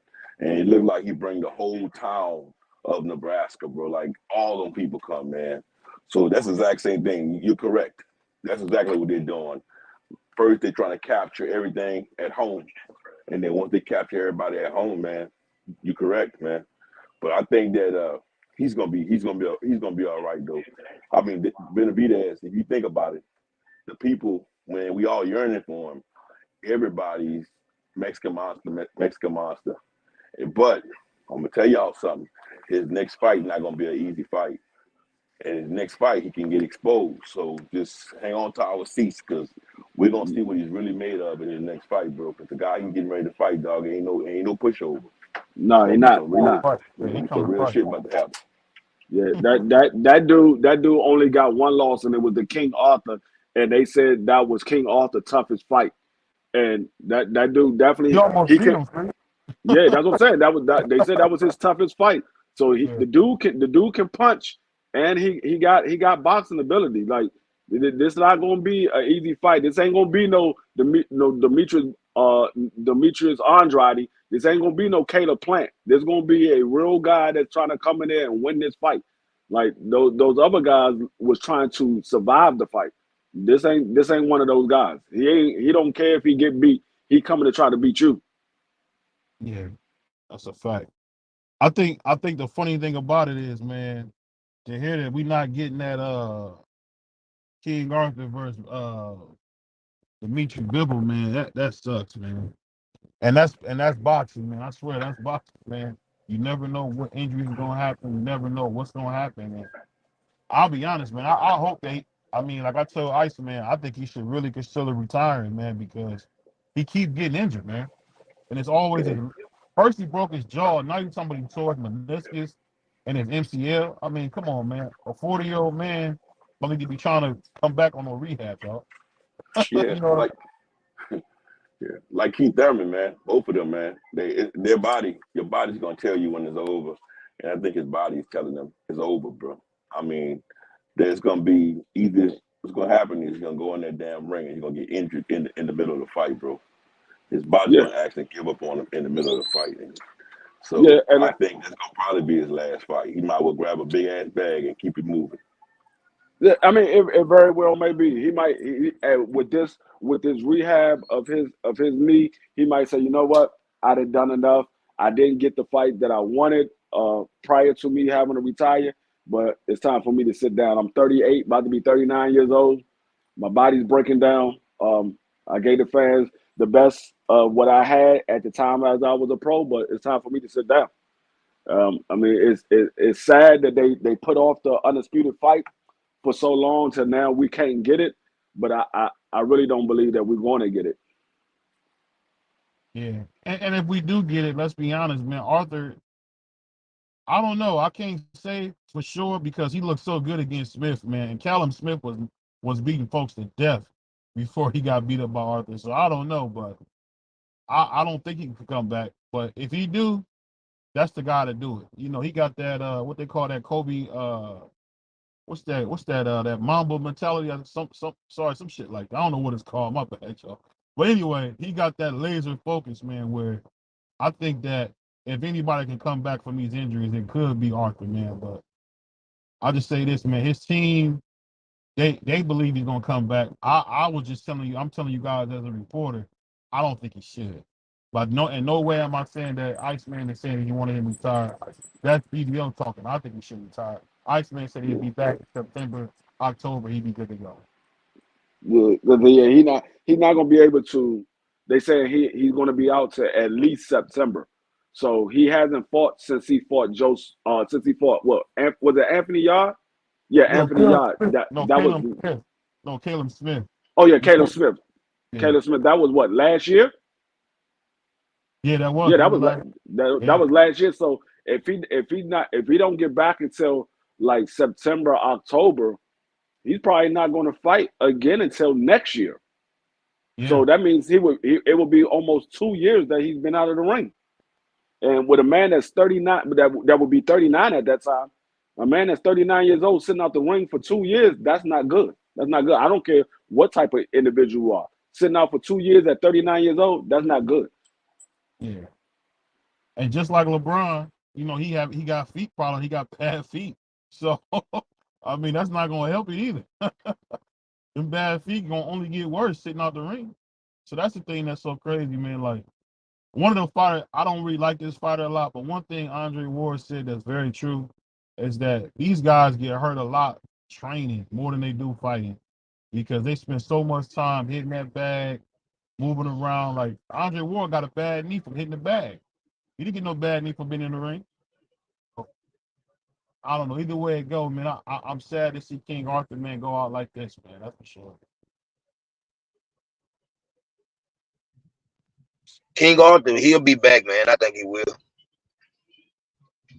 Yeah, he might be back. I just, you know what it is, man. CDK.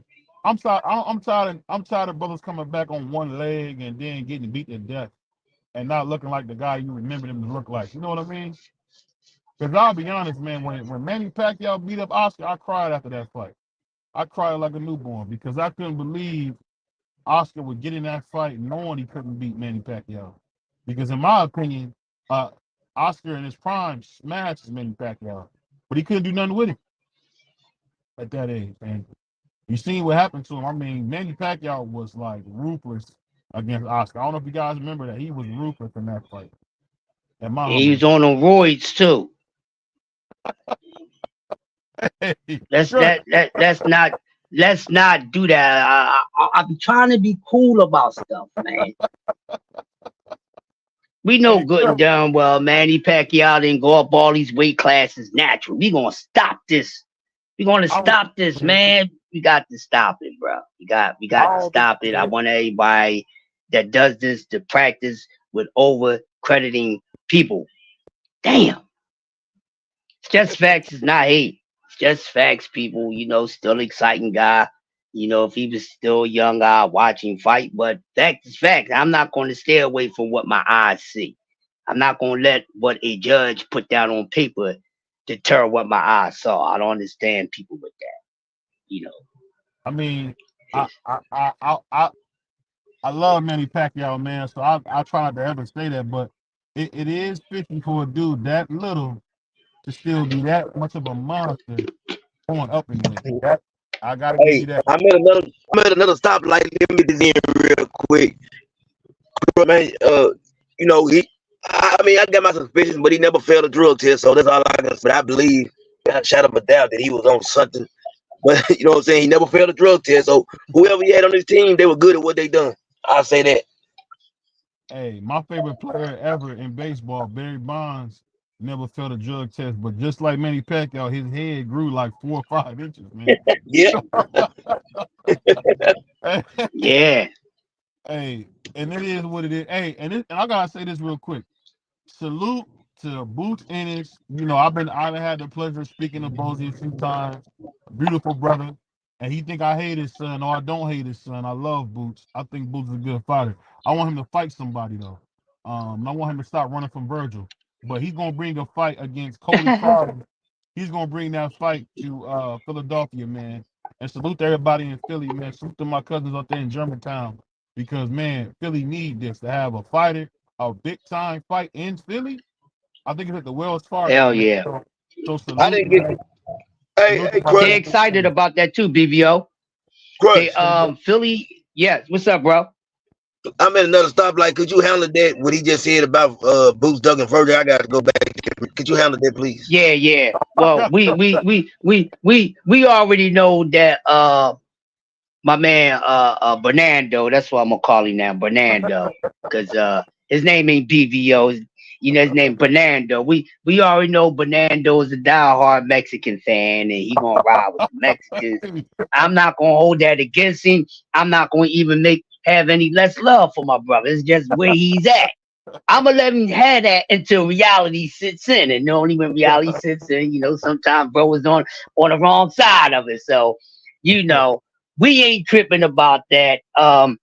We already know Virgil Ortiz said years ago, and his team and management and family and distant family members, they all said, we'll fight Boots Sentence 5 years later, I say, you know, so we already know Virgil don't want none of that Boots, but we gonna let Bernardo, you know, BVO, you know, have his way. You know, there's no need to get upset. That's just how he is. Yeah. So, you know, I'm gonna let him have that fantasy until the reality kicks in, you know, because a lot of people they got a hard dealing with reality right now. You know, I was just snapping on somebody on my man Popular channel on his Murderous Road joint, and I went over there and, you know, do what I normally do because they had a Haney hug over there, and I wasn't having it and talking about, well, that's your opinion. What? I'm not dropping no opinion. The man's face was blown up like Dizzy Gillespie, Louis Armstrong, and everybody else. I don't give a damn what a dumbass judge that was in the pocket, you know, saying that it was a draw. That's not going to change what my eyes saw. And a lot of people are like that. Televised vision is really live in effect, and programming propaganda, and a lot of people minds and eyes. You're not going to change what you wrote on paper, what I see with my own eyes. You're just not going to do that, you know. And you know, well, the laws got overturned. Okay, the ass whipping didn't get overturned. What the hell are we talking about? Oh, hooray, hooray. It won't be an L on his record. He still took a ass whipping. Wasn't his face still swept up? Didn't he go on his ass 6 times? They only counted 3. That don't change the reality of what took place. That's just like when we know a murderer got caught red-handed, but he had a sharp enough turn to overquake the shit. What are we talking about? And that's what a lot of boxing fans do when it comes to the end results of they fighter not looking good. Well, because the judge said it, they ain't what my eyes seen. So you don't think for yourself. You're not a free thinker. You ain't a grown adult because you letting what somebody else put on paper determine what you really saw in real time. I just don't get that. Yeah. I don't get it. But it's not going to happen over here. Yeah, not going to happen over here, man. I agree with that. Like I've always said, Devin Haney had the wrong game plan when he went in there. So even though Ryan may have been cheating by all testing or whatever, that still doesn't excuse the fact that Devin Haney was going in there and couldn't get out of the way of the only punch that everybody in the entire universe knew that Ryan Garcia was going to throw. They knew he was going to throw the left hook, and you couldn't get out of the way of it. We saw that 17 years ago that he was going to throw that left hook that Saturday night, and you still let that hook hit you. So that there is no excuse for that. There's no excuse for that. And to go back real quick, yeah, BBO, Bernardo, that man, he loves to say that. But the only reason why I don't let him get away with it, because when that fight does happen, you're not going to sit here and come and say, oh, the only reason why Boots beat him is because he waited so long. He waited until he got old. No, you're not getting away with it, because we know what the facts are. That man said, I need 48 months. No, you're not getting away with that easy. They're the same age, fellas. I hope y'all know that. They're the same age. So. Yeah, it wouldn't matter if they was the same age or not. That man ain't trying to get in there with him till he think that man got until his name is Father Time. Well, Virgil can just keep on wishing. Virgil be 90 years old before that happened. Get in the damn ring, man. I'm tired of these guys saying what they are, and then they want to be selective about standing 10 toes down. I stand 10 toes down every day. I ain't gonna expect anything less from these damn fools. Get in there, show me what you got. You can't sell me on a conversation. You know, I ain't no hoe to get pimped. So show me, you know, show me, you know, show me. I ain't trying to hear none of that fancy talk. I'm tired of all that fancy talking. You know, I'm the best. You know, I'm levels above guys and this, that, and other. Then come fight night, none of your actions match what you said out your mouth. But then everybody's making excuses. The real excuse, forget the goddamn the steroids, forget all that. The man went in there and think he was something that he was not, and it was the dumbest thing for any boxer in his training camp to do. Simple and plain. Not use no IQ, none of this stuff. None of it. Why you didn't use it? You couldn't turn on your IQ. I was so overmatched. He didn't say he was so he was overpowered. He said he was overmatched. Now, how can some damn steroids and 3 pounds make you be overmatched? Because you're being matched up by skills, not the damn size. Man, the man but crazy. people want to use size to their advantage. And then they're being something not. Yeah. He went in there as a super middleweight. Don't let that name Bernardo stick, man. I see people saying that in the chat. Don't let that name.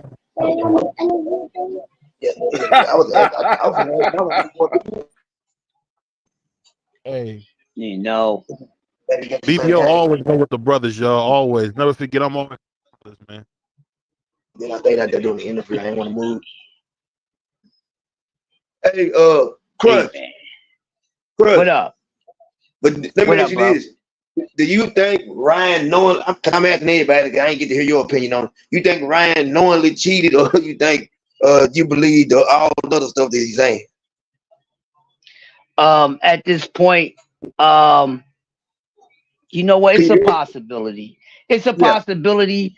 I can't say all the way, but hey, if it's saying it's negative, then you know he most likely probably could intentionally did it. I don't know why he didn't fucking need it. Fucking need to take some damn steroids for Devin Haney. Y'all heard what I said? Who the fuck? Yeah.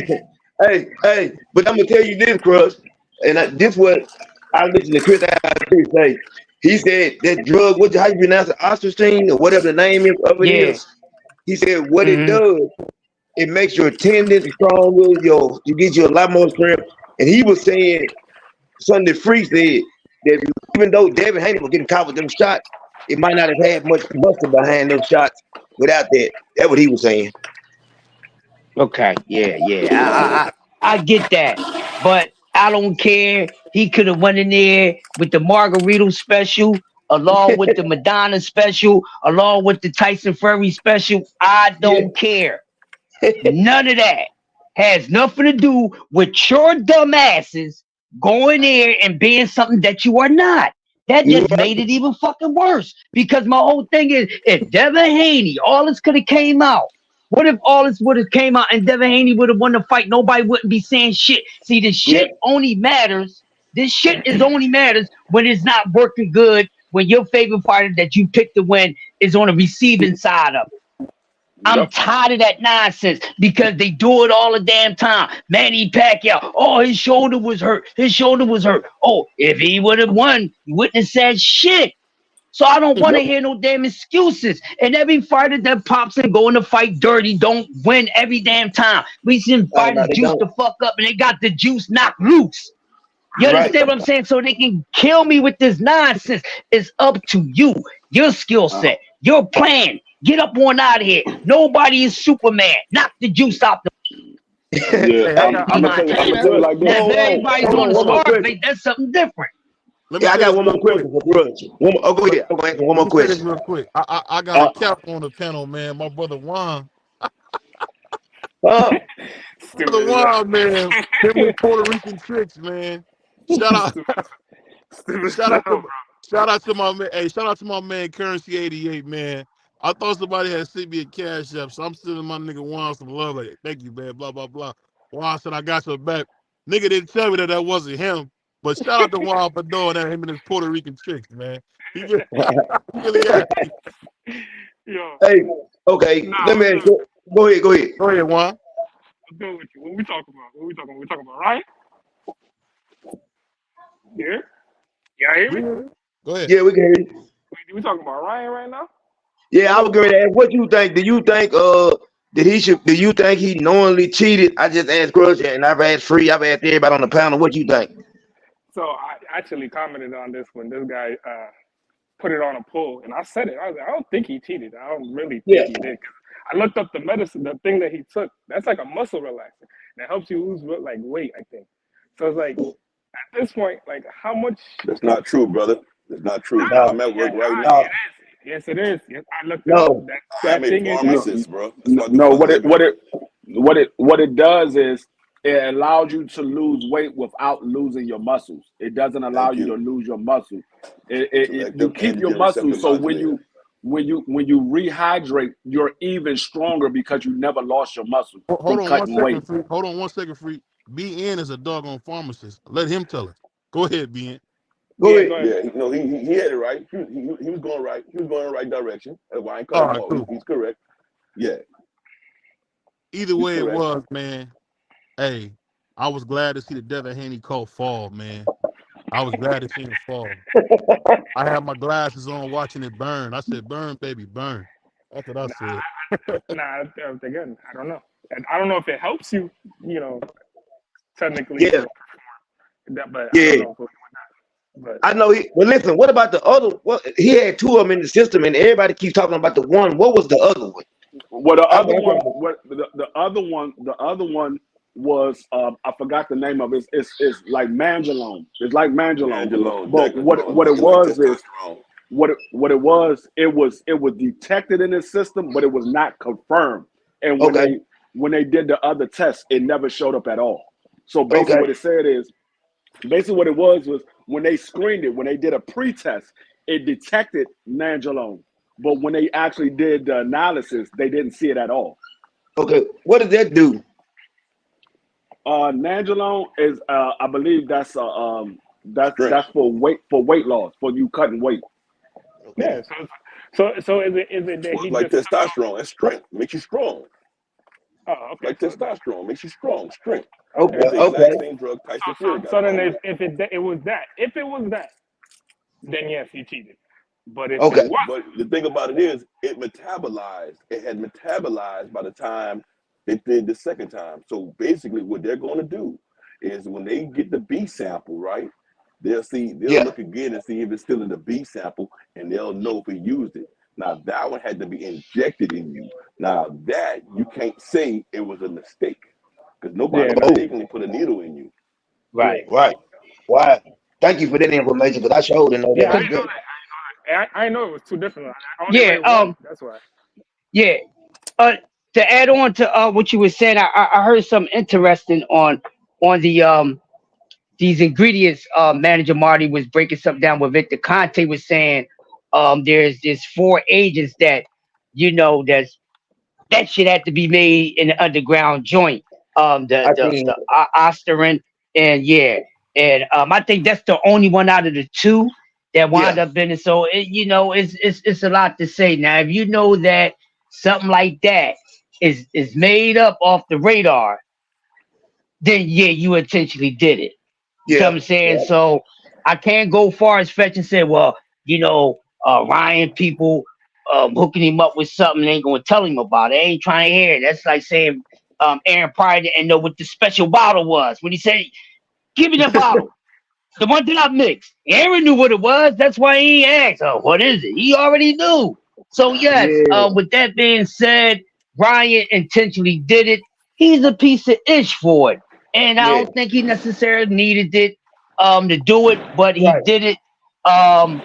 Okay, so the loss should be taken away, but that's not taking away that the beating still happened, and Devin Haney is battling with that on the inside. He's battling with it hard because it messes with your mental. And when I seen the last interview, he don't want the rematch. He looks quite. He don't look unsure of himself. He looked defeated, depleted. Yeah, and he's not showing himself. He's questioning how good he really is. He said he had to question his whole damn team. Yeah. So it's a lot for him to deal with.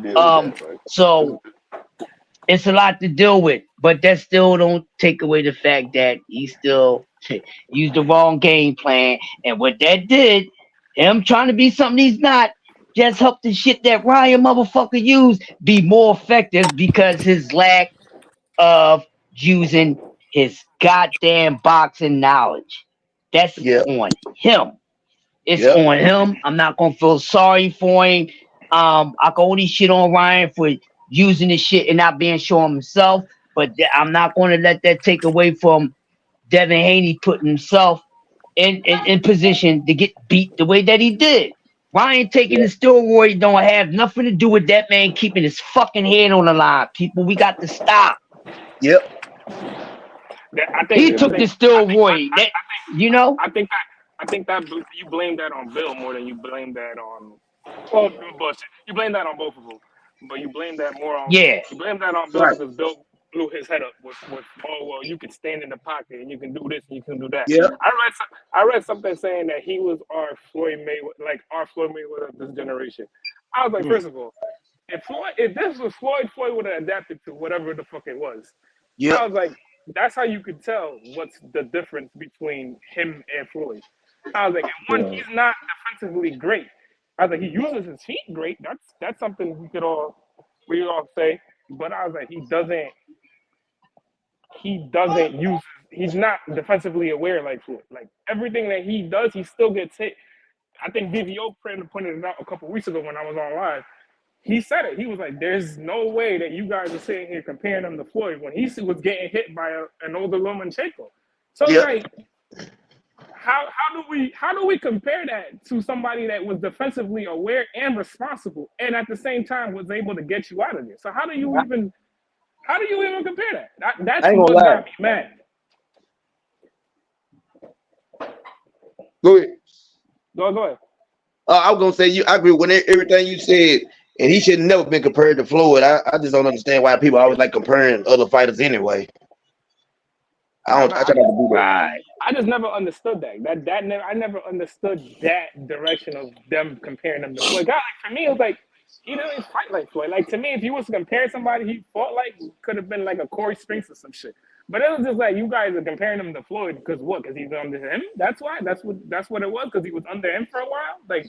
Come on now, guys. Like, let's really be serious. Let him be him, and let him create his own legacy. Like at that point, But yeah, Bill. As a question, man, get y'all about this knowledge sometime. How do y'all feel? What y'all think about this Tank and Frank situation? How do y'all see that fight playing out? BVO said that he's gonna get knocked out. man, oh man. Frank Martin and Tank Davis, man. Look out. I'm gonna start real quick. I'm gonna make it short. I like Frank Martin. He's a good fighter. Is he among the elites?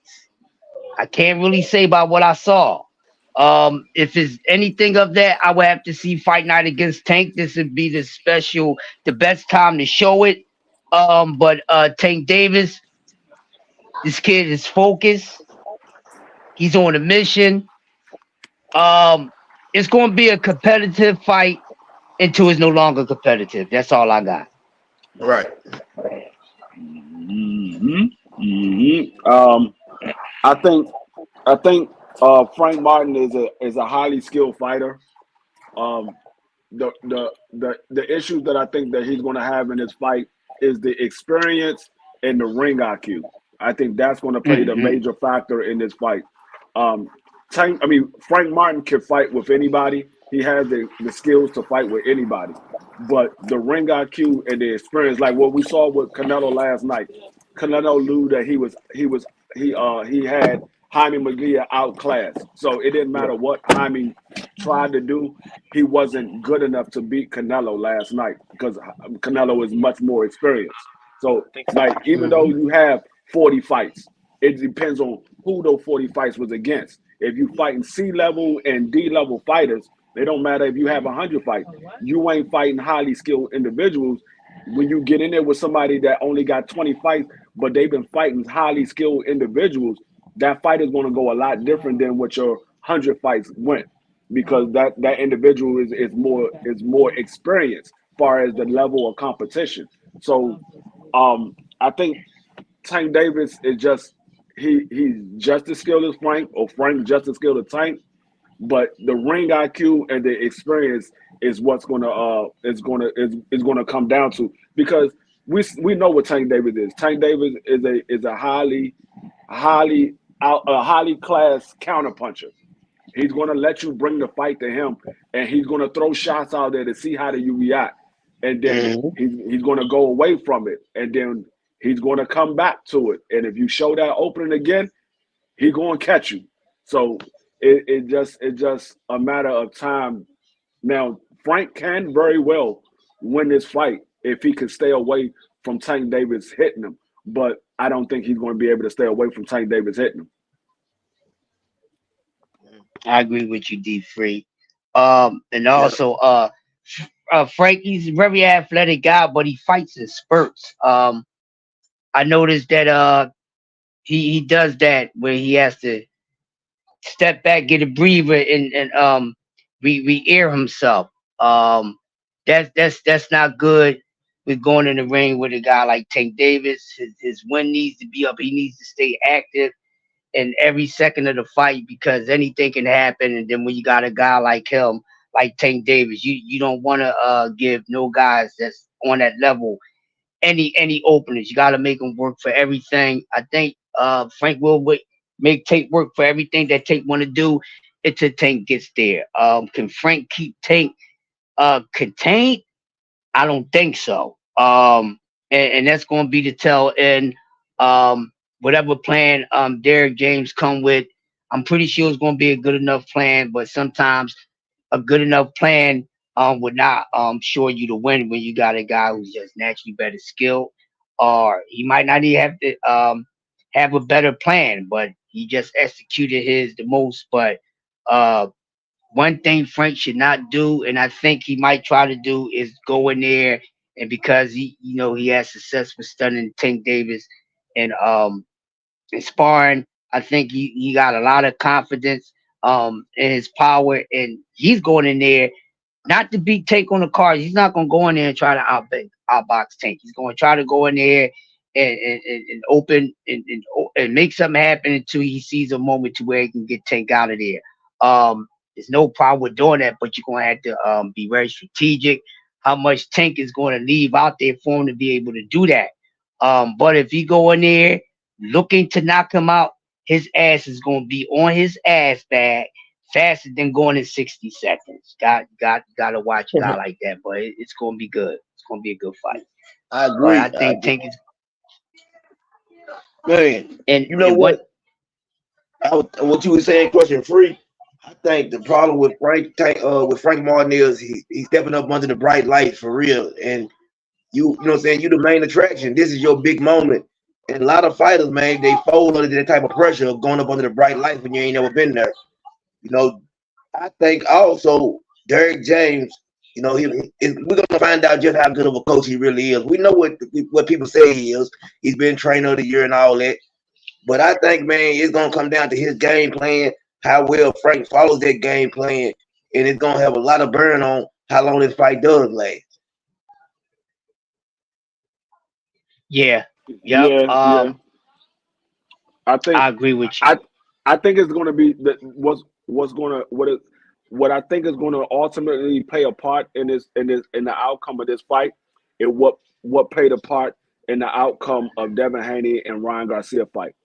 The fighter that's fighting off emotion is going to be the one that's going to get beat, because I think Tank Davis might have got in Frank Martin's head, especially with that face-off that they had yesterday. I think he might have got in his head, and Frank Martin might come in there fighting off emotion. Oh, this little dude talking shit. I'm going to show everybody what I did to him in sparring or whatever.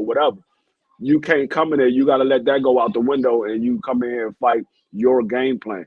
So if he comes in there and fighting off emotion, he's probably going to get stopped early. Mm-hmm.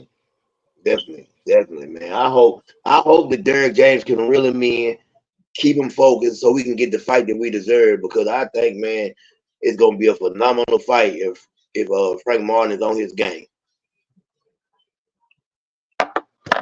Cool. Yeah. BVO Boxing, what's going on, bro? What you got? I think when it comes to both of them, man, I think it's a 50-50 situation, and the power is what's gonna separate them. I think. I agree with you, man.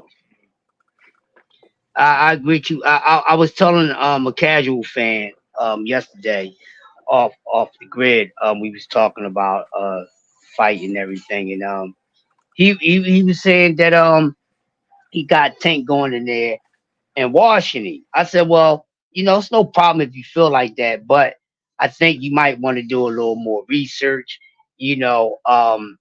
It's possible, but Frank ain't that sweet. I'm gonna give him that. So he watched a couple little highlights of him, changed his mind a little bit. He thinks it's gonna be Tank toughest match. But we gotta see, because like we said, those bright lights, man, pressure, bust pipes, and a lot of guys ain't made for those bright lights, no matter how skilled you are. Some guys is not made for the bright lights. Right. We have guys that's not so good that's made for the bright lights. I mean, say what you want about Rolly, but Rolly don't shine for the bright lights because he's an attention seeker. You see, whereas Frank is actually trying to go in there and make a monumental career. So it's kind of different. He's more of a preserved guy. So it's a little different for those guys. They somewhat what I would call a boxing introvert. You know what I'm saying? They're not really for that. So when they get in the ring and that's not what they used to, and definitely that's not what they seeking for, it can be quite, like, oh shit, like I'm really here, and it can mess with you a little bit. And me experienced that as a professional dancer, man. You all hyped up and everything, and when you see that big long ass fucking stage, and you got 13,000 people out there, and for the next 30 minutes they looking at your ass. Yeah. You like, shit, I can't fold now. What you gonna do? You gotta put on your best performance, or you gotta put on your best acting performance. So hopefully the lights won't play a part, because I want to see it. Get it down for the crowd, man. Get it down for the crowd.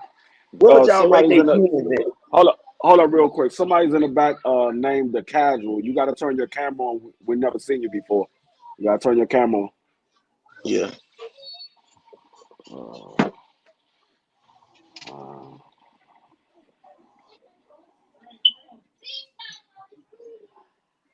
You got a mask on your face? Huh? He asking The Casual, does he has a mask on his face? No, I don't know if BVO wants you up here with mask on your face. I don't know. You kind of look kind of suspect. No, deep free. He can't come up if he got a mask on his face. We got to see his whole face, respectfully, because you have a lot of trolls and everything out here, and we trying to keep that to a max minimum, because it messes up the algorithm and what we talking about and building on content, man. So respectfully show your face. Like I said, this not my page. I have authority over this page, but it's not my page. So if BVO want to let you up, I let BVO come back and let you up. I can't do that to his page like that, because if you come up here, you do something crazy, it's on me, and I ain't down for the bull. Right. Hey, he said he said, go ahead. I'm gonna ask Ben B. He was talking about the power. Do y'all think Frank has that type of power where he can knock you out? Okay. All right, Thomas. I got you, Thomas. Happy Cinco de Mayo. What's going on? That's Thomas from the Bronx. Oh, what's going on? Happy Cinco de Mayo. Oh, that goddamn Tommy, you motherfucker. You Mickey Freak. I'm trying to use that word more often. Mickey Freaky. What's happening, brother? Happy Cinco de Mayo to you, man. Hey, what's going on? This is not Thomas. This is cousin. It's the boxing casual. What's going on? What's up, Cash? What's going on? It's not Thomas. How you doing? How's everybody doing? Good. We good, man. You know, we just cooking, man. We just cooking, man. How long you been listening? I don't know. I don't know how long you been in, but if you've been in for a while, you like to add on anything we've been talking about so far? No, I've been on like the last like 20 minutes. I guess you guys finished up with Canelo, and now you're talking about Ryan and stuff and Devin Haney. We were talking about just talking about Tank and Frank Martin, and then now you got into that a little bit. Yeah. So no, I've been listening. Yeah. I was in the chat, I think, and then I don't know what happened to BVO. He was there. I had wrote in the chat, you know. But... Oh yeah. I saw you put it in there, but I never seen nobody pop in the back, and then all of a sudden I saw somebody in the back. But I'm like, hold on, turn your mask on. I mean, turn your camera on. I see the mask. I'm like, hold up. I don't know. I figured you would recognize the background. I couldn't see it because I'm on my phone, so the picture background is small. Is the same in the kitchen. Yeah. Now I can see it. I couldn't see it at first. It's gonna be funny, man. It's just it's gonna be a new segment I'm gonna try to do on the channel just to be funny, and it's gonna be called The Casual. So, but it's gonna be my cousin behind the mask. It's not me. I mean, it's not Thomas. It's The Casual. It's The Casual. Oh, okay. It's your goddamn your personality. I got it. I got a couple of them too. I got a whole boxing character. I got a whole boxing character. I've been meaning to whip out on y'all. I'm gonna pull him out one day. When y'all see me and I got the camera on, it ain't me. Y'all gonna know who it is, man. You should. You know.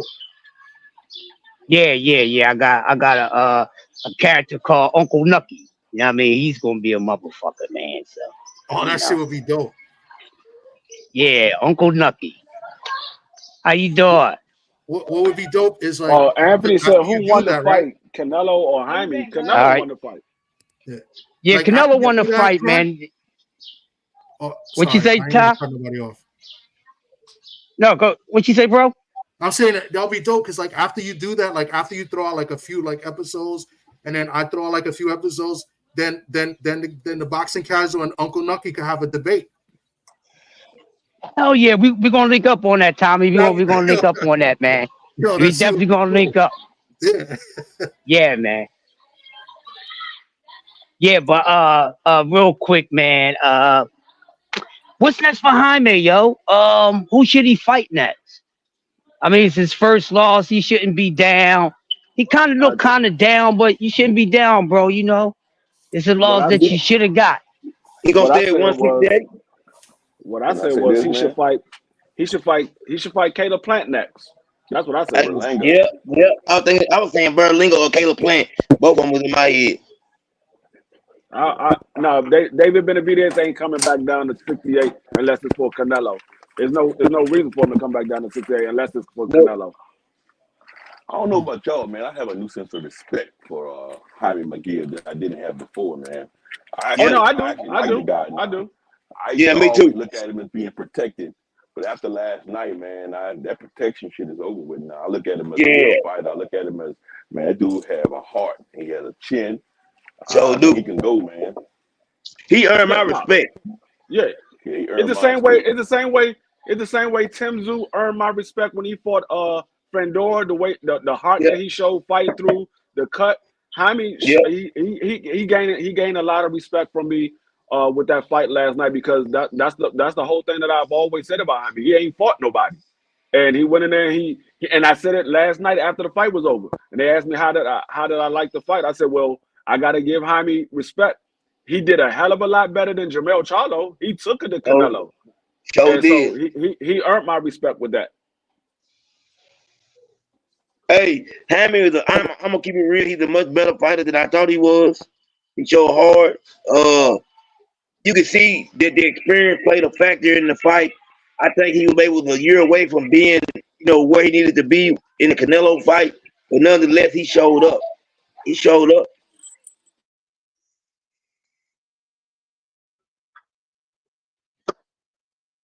Everybody there? I'm here. Okay. Hold on. I feel like everything went blank for a minute. Crush. I'm still here. Okay, free. Well, Yeah, I'm saying. until everybody click back in or whatever, we were talking about Tank. I was asking everybody, do they think Frank has one punch knockout power? And comparing their chins, do you think both Tank and Frank both have great chins? Not Frank has a durable chin. I'm not going to say a great chin because I seen Frank Martin get rocked. I seen him get rocked. That last fight that he had against the Olympian, he got rocked in that fight. Yeah, and he didn't look that good. And I don't think that Olympian has the power that Tank Davis has. I don't think he has that power. And I seen him get rocked. Now, Tank Davis definitely has one punch knockout power. We know that. We seen that in multiple fights. We know he definitely has one punch knockout power. The matter of can he land the shot? Because we know that Frank Martin can box. He can box. At times his defense can be suspect, and will Tank be able to capitalize when he lacks in his defense? Will Tank Davis be able to capitalize on those moments? Now, Frank Martin, will he be able to show a kink in Tank Davis's armor is the question, because that's the one thing that Tank has. We've seen Tank take a clean shot from Ryan Garcia. We've seen him take a clean shot from Rolly, and we all said that those was two of the hardest punching fighters at 135 outside of Tank Davis. And we also seen him take a clean shot from Pitbull Cruz, who we seen Pitbull Cruz put Rolly down and beat Rolly up. So I think Tank Davis definitely has a chin. It's just a matter of, can Frank Martin crack away at that chin and eventually break it? I don't know, because Tank Davis his defense, he doesn't get as hit as often as these other fighters do. Tank Davis does take his number of shots, but it's not as often as the other guys. Right. And I want to ask you, Free, man, what do you think about Mario Barrios' performance? I think Mario, he had a decent performance. I just think he couldn't get out of the way of that left hand. That left hand was targeting that eye, and that eye was completely shut by the end of that fight. And he did enough to win the fight. But if that guy was a little more, I would say a little more skilled, because he was shorter. He was shorter, had the shorter arm reach. He had the power, because it looked like he rocked Mario a couple of times in that fight. I don't think he had the skills to be able to capitalize when he rocked Mario. I think if he was a little more skilled, I think he probably would have beat Mario Barrio. Yeah, man, my brother did great. I'll say that. He did great. Can I touch up on the Canelo fight real quick? I came in late, so I don't know what everybody thought. Also, Anthony Mazzano in the chat, he wants you guys to look at his comments and what you guys' thoughts are. So just take a look at that. But my question is, in the fight, I mean, I thought Canelo, I thought he looked good, and I thought Munguia looked good in the loss, but I feel like Canelo let Munguia off the hook a few times. Like, he held back. I wanted to know what you guys thought about that. Like, if I thought he had Munguia hurt multiple times, especially when he hurt him to the body. I was like, wow, he lowered his guard and everything. He was hurt, and then Canelo kind of like stopped going to the body. So I just wanted to know what you guys thought about that, or if I'm bugging, if I'm crazy. But I thought Canelo let him off the hook. I said that right. I said that right after the fight was over. I said I believe Canelo. I said I believe Canelo let off the gas, because Canelo, he likes Jaime McGee. He knows Jaime McGee looks up to him. And they have a friendship. I don't know how close of a friendship they have, but they do have a friendship. They both respect each other, and he didn't let his emotions that he had for Oscar get in the way of what he did to Jaime, because he could have really went out there and stopped Jaime. I think it was a couple of times he had Jaime ready to go, and Canelo let off the gas and took a couple of steps back, and we don't normally see that from Canelo. Normally, when Canelo gets you hurt, he moves in for the kill. He held back, man. Yeah, I agree. He held back at all. I think that gas thing said, "You're done." I don't think he held back at all. Because no, but it was early in the fight. You're talking about, like, all right, mind you, the knockdown was in the fourth round, right? He had him hurt there. Yeah, but his gas tank. You saying his gas tank went out in the 6th or 7th round?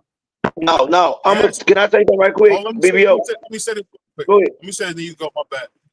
If the man had a horrible gas tank in his 20s, you think he gonna have a bad one in his 30s? This is Canelo we talking about. No. He always had a bad gas tank, bro.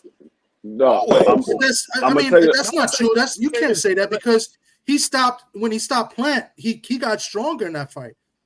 Oh, now I'm tell you what happened. Versus almost against Austin Trout. He was whooping Austin Trout's ass and then he got tired. So that's the reason why that fight got close, because he got tired. Canelo has always had, and I'm a Canelo fan. I know you don't like it because you're Puerto Rican. But here we go. I agree with you to a sense, and I think people were going to say that. That's why I wanted to get your thoughts. But I thought like in the 6th or 7th round he hurt Munguia again, and he could have closed him out. I thought he could have stopped him. And that's what I'm saying. Let me tell you right quick. I think when you brought up the Caleb Plant fight, you're right. But the problem with Caleb Plant is he got a bad gas tank. That is and true. I think you're right. You see what I'm saying? And I think it was more of a sense of him, Caleb Plant, not being was more tired than anything, and that's what got him out of there. Now, did Canelo look like he let up at times against Hamilton? Yes, he did. But I also take this into consideration. What if you empty the clip and you don't get him out of there? You see what I'm saying? I feel like Canelo now is more of, he's looking for them shots, good shots, you know what I'm saying, time and hard shots to hurt you, you know what I'm saying, keep backing you up. But he's also, being smart and using his IQ because he's older now. I don't think he cares as much about getting you out of there as he does about winning these days. You see what I'm saying? That's how I feel about it. No, I think that's a fair assessment, and that's why I asked. But that 12th round, it's the last round. He hurt him in the 12th round too, and he kind of like, there's nothing to lose in the 12th round. Like if he would have emptied the clip, like you said, I agree. But yeah, no, I agree. I agree with you to a sense, and that's a fair point. That's why I wanted to get people's opinions, because from what I was talking to my friends last night, I really thought Canelo kind of, took his foot off the gas. I thought he could have stopped him a few times because Munguia was hurt multiple times in the fight. So, but Munguia was game. Munguia was no punk. He came to fight. He hit Canelo with some good hard right hands. So props to him. He didn't fight the way Charlo did. Like he showed up, and it wasn't about the check. He wanted to make a statement as well. So, which made it a good fight, which made it competitive. Yep, yes, he did. I agree, man. Shout out to y'all missed it. You just missed what he did. Tommy did it again. He did it again. Oh, man. What did I do? I get on this dude all the time. Puerto Rican Tommy always want to throw the black man under the bus. Wow. Everybody fall hard for Jamel Hunt. Everybody tried but Jamel. Jamel the black guys aren't looking for a check. It's prize fighting, dude. Everybody's looking for a check. I like how you tried to do that, man. But that's what I said, though. I said, Munguia, he got paid, but he didn't. I said he didn't just come for the check. He came to make a statement as well. You said the black man came only for a check. The black man only came for a check. Okay. Well, what do you think? You think he came to make a statement? Because hey, Tommy, I'm black, and I'm gonna agree with you on that. Yeah, Jamel Charlo BVO's a S starter. I don't want to curse. He's a mierda starter, So hey, you can't be cussing on here, man. You can't be cussing on here, Hermano. You can't do that, man. You can't be cussing on here, man. I'm not gonna do like Marky Dan does when he curses up a storm. You got to yell earmuffs. Yeah, Marky? Sugar Cane Mark, man, he don't know how to talk, man. That's just how he do. He picked sugar cane all day, but then he want to get up here and cuss. He's in the fields all day picking sugar cane. So you gotta be ashamed of yourself.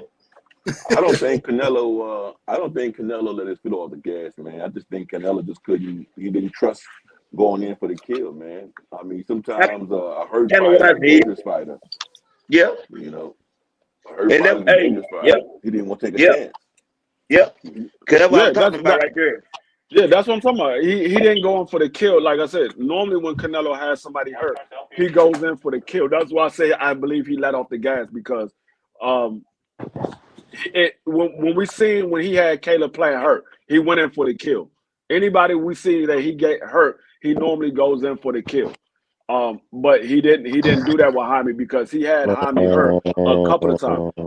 He didn't go back to the body right away when he hit Jaime to the body and hurt him. Every time he hit Jaime to the body, he would bring his guards down. We didn't see no combination punch right behind that. Normally, Canelo sees you bring your guard down and he would throw a combination right behind it because you left an opening there. He didn't do that. Man. I'll say this, man. I'll say this. I will admit I do know, and like I told Free months ago, I know that Canelo and Jaime are great friends. I mean, really good. If you could say, I guess I would compare them to Sean Porter and Chance Crawford, almost best friends. BVO. So it could have been that. You hear me? Yeah, go ahead. Go ahead, BVO. Yeah, it could be that, but I just know for a fact, man, that Canelo, probably the second greatest Mexican of all time. He just finished, man. The third. It is, man. He's the second, man. It's only one ahead of him, man, and that's my man, Oscar De La Hoya. Because Salvador Sanchez didn't live long enough. It's just that simple. Salvador didn't live long enough to make that claim. You can't go off talent. We got to go off what you did. You know what I mean? So who's your top two? You said Canelo's 3, right, BVO? And shout out to you. Hold up, bro. Hold up. I gotta say this, man. I thought that Canelo was tired as fuck. That's why he couldn't stop that nigga, man. Let's stop. Let's just call it what it is, bro. That nigga gas tank is shitty as hell, bro. That's what it was, bro. That's exactly what it was. It wasn't, he didn't want to stop him and none of that. But at the end of the day, this man a boxer, bro. If you'd had the opportunity to get that man out of there, he would have did that shit, bro. Friend or not, bro. When you in there boxing, bro, your temperament changed. You know what I'm saying? So at the end of the day, bro, I really thought the nigga lost. You feel me? That's me. Huh? But I thought the nigga Canelo lost, bro. I thought Hey, remember athletic mind is the right. No, that man Jaime went more than 3 rounds. Hold up, my bro. dad here. Athletic mind. Hold up, bro. Hold up. This is my opinion. You know what I'm saying? Not everybody gonna agree with it, and that's okay.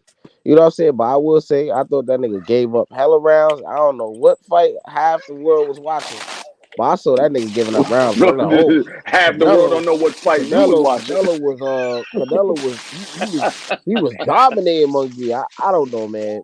You know, but at the end of the day, you watch that fight, Jaime McGee was throwing punches. Oh my god!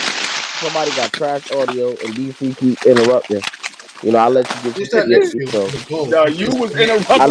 I let you get your stuff off, man. You thought I didn't hear you interrupting when I was talking? I just got on the pedal, man. You know what I'm saying? But anyways. Let him cook. So the man gonna mute me. The man free gonna mute me, bro. That shit so lame, bro. You know. It is what it is, BVO. You know, you're not the only one to say that. I seen a few people that thought that Canelo lost. You know what? I'm not against that muting niggas. Hold on. Nah. The nigga muted me. I just got on the pedal, bro. Like, what's up with that shit? Hold on. We've been talking for hours, man. Let my man Darkness get his bars off. Go ahead. Yeah, like, come on, man. Like, that shit. Come on, man. But anyways, yeah, that's all I had to say, man. I thought that's my opinion on it. The nigga won at the end of the day. That's the judges thought. So it is what it is. I can't do nothing about the shit. I'm just saying. That's what I thought. You know, that's about it, though. X, did you score the fight, X? You said what? Did you score the fight? But I didn't do none of that shit after. I didn't watch the fight again. I'm talking about the time of me watching it. You know what I'm saying? I didn't watch it. I didn't score it either. I watched it, but I didn't score it either. BVO, did you score the fight? Or y'all scored the fight? Anybody score the fight? I did. What's your final scorecard, D? My final scorecard was 116-112. Yeah, that's fair. I had 8-4, man. 8-4 Canelo. Yeah, I think that's fair. I had 8-4 as well. I ain't gonna lie. That was my 8-4 is cool. That's what I said before the things. I was like, watch when y'all see that 118 scorecard, don't be shocked. And what did they say? No, I thought like I said, I thought that Canelo was gonna stop Jaime McGee. That's why I gave Jaime McGee. I gave him respect because he didn't get stopped. He showed heart in that fight. I thought he was. And you know what else, D3? I'm a ease off of Jaime McGee. You know, I was very critical of him, but last night he showed hella heart. He showed hella heart last night. Yeah, and that's what I said. I said that earlier before you got up here. I said he gained my respect because that was the one thing that I've always said. He hasn't fought anybody. Now that he got in there with Canelo and he did show heart, I got to give him respect. The same way I gave Tim Tszyu respect when he fought Fendor. He fought through that blood that was in his eye and everything. He showed heart. He showed courage. I got to give him respect. And so when a person earned my respect, I have no choice but to give it to him. Right. I'm with you on that, D Free. Jaime Munguia definitely earned my respect last night, and I'm ready to see him get back in there with somebody else.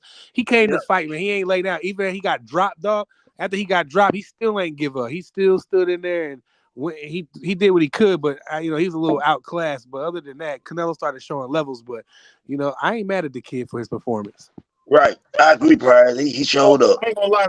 Hold on, let me say this. I ain't gonna lie though, and I mean, he like he got Down syndrome or something. He looked hilarious, bro. Like when he went down, Don't do that, BVO. Don't do that. BVO, bro. Don't do that. Go ahead. Don't do that. Don't do that. He said what? He did. I said don't do that, dog. But dog, come on, man. Like there's people like somebody kid up here. This the barbershop, baby. It's the barbershop. Yeah. How's the barbershop and we can't even cuss?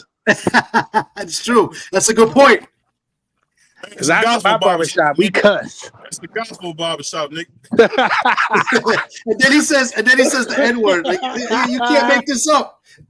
Right, so we can't curse or we can't curse? Because I done heard a couple of nigga bombs in here. You can't say nothing, nigga, because you don't know how to talk. You don't know how to talk without cussing. That boy be in them sugarcane fields all day. He get on a panel going crazy. That's what I'm saying. I get up out of here, bro. But that shit be pissing me off. I be in the middle of a sentence, I get cut off because it's like I just cuss, bro. I don't stop. You got a potty mouth, bro. My uncle told me I do.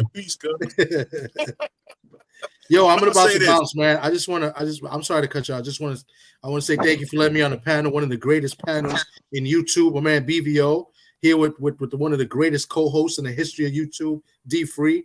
And shout out to everybody in the panel with their opinions. Everybody's opinion. The rotten ass ninja over there, he's a hater, but I like him too. He has a good boxing mind. You know what I'm saying? Cool ass Earthman. Crush the Legend. Marky Dan is a hater, prize fighter. So I just want to say salute to all of y'all. Salute, Thomas. Salute, Thomas. Salute, Thomas. Salute, man. Hey, Thomas, where's my wallet, man? It's in my back pocket. But it was a happy night for Mexicans, man. I'm happy. I was happy, man, and I'm happy that y'all let Canelo have it when he's about to try to ease his way up out of a David Benavidez conversation last night. Talking about, I'm gonna go home with rest, and I'm gonna go home with my family, and they let that nigga have it. They like, boo. Yeah. That nigga turned around instantly. He was like, oh yeah. If the money right, I'll fight Benavidez. Then they start caring. Yeah, he ain't like them boos. Yeah, they gotta let Canelo. And shout out to Anthony Manzan. How you say it? Manzan in the chat. He said, I'm gonna read his comment. He said, I rewatched the fight again earlier, and I have Canelo winning 116-114. But directly after the fight, I had him winning 117-114. I'm not mad at them cards either. Some people had it a little bit closer. Hey, look, that 117, 114. What's 116, 114? You said what was it? Anthony said he watched the fight the first time he had it 116, 114. Then he ran the fight back and he came up with 117, 114. So what? Like he had 2 rounds even? I guess so. I mean, you have to ask him. Anthony, what do you mean by that? Like, he said, how many rounds did you give Canelo? He said after rewatching it, he had a 116, 114. 17. That's 116. Go ahead. But if I could get a chance, you know what I'm saying? I actually agree with X. I had Munguia winning, and I scored it. I had it 7-5 for Munguia, which with the knockdown made it 114, 113. But at the same time, I wasn't disappointed or really hurt about it because you have to, if the rounds are competitive, they're going to give it to Canelo. So it just was what it was. Any swing round I knew was going to go to Canelo. Yeah. But it was a great fight. Like you can't take nothing away from the event or the evening. And it was that a great fight. And that nigga rock Canelo ass, nigga. Yeah, me and Prize saw it. Prize ain't want to admit it till after, but he rocked him. He rocked him, but it wasn't nothing crazy. It wasn't crazy, but he caught it. He woke him up. I'll just say it was something I hadn't seen from Canelo in many fights. I haven't seen nobody like get one off that good on a pause. You know what I'm saying? Golovkin hit him really good, but he didn't react to it like when Cotto hit him. But yeah, he definitely got when Munguia landed that shot, he definitely woke Canelo up for sure. 100%. Maybe next Hey, fight, he might go down. Canelo's done. I'm not gonna lie, man. My man Canelo's done. He had a good run though. Yeah. Niggas like Kawhi Leonard, man. The nigga been stealing for years. I said Canelo like Kawhi Leonard been stealing for years. Hey, you know what though? I'll say this, man. Canelo and Kawhi Leonard. I can't say Kawhi Leonard is stealing. I can't say Kawhi is stealing because he's stealing. I want to send a big for paying Ben Simmons $200 million, man. Salute to y'all morons for doing that. Yeah, we traded that nigga. What you talking about? Y'all gonna play Ben Simmons, man. We traded that nigga. We paid Tobias Harris $180 million. What that mean? I mean, like to me, that's still a smart investment paying Ben Simmons. But it was just that, I mean, he broke down. Yeah, like he just ain't got it no more. After Ben Simmons was supposed to be the next LeBron, bro. Ben Simmons was supposed to be the next LeBron. Let's not forget, bro. He just not that, bro. That's all it is. Nah, he don't love basketball. Anthony said, was the fight for any of us up here on the panel basically enough to justify a legitimate argument for basically a rematch? I say no. I don't need to see a rematch. No. We don't need that. We don't need that. Nobody will see that shit, bro. We didn't want to see the fight from the jump. Canelo got dropped.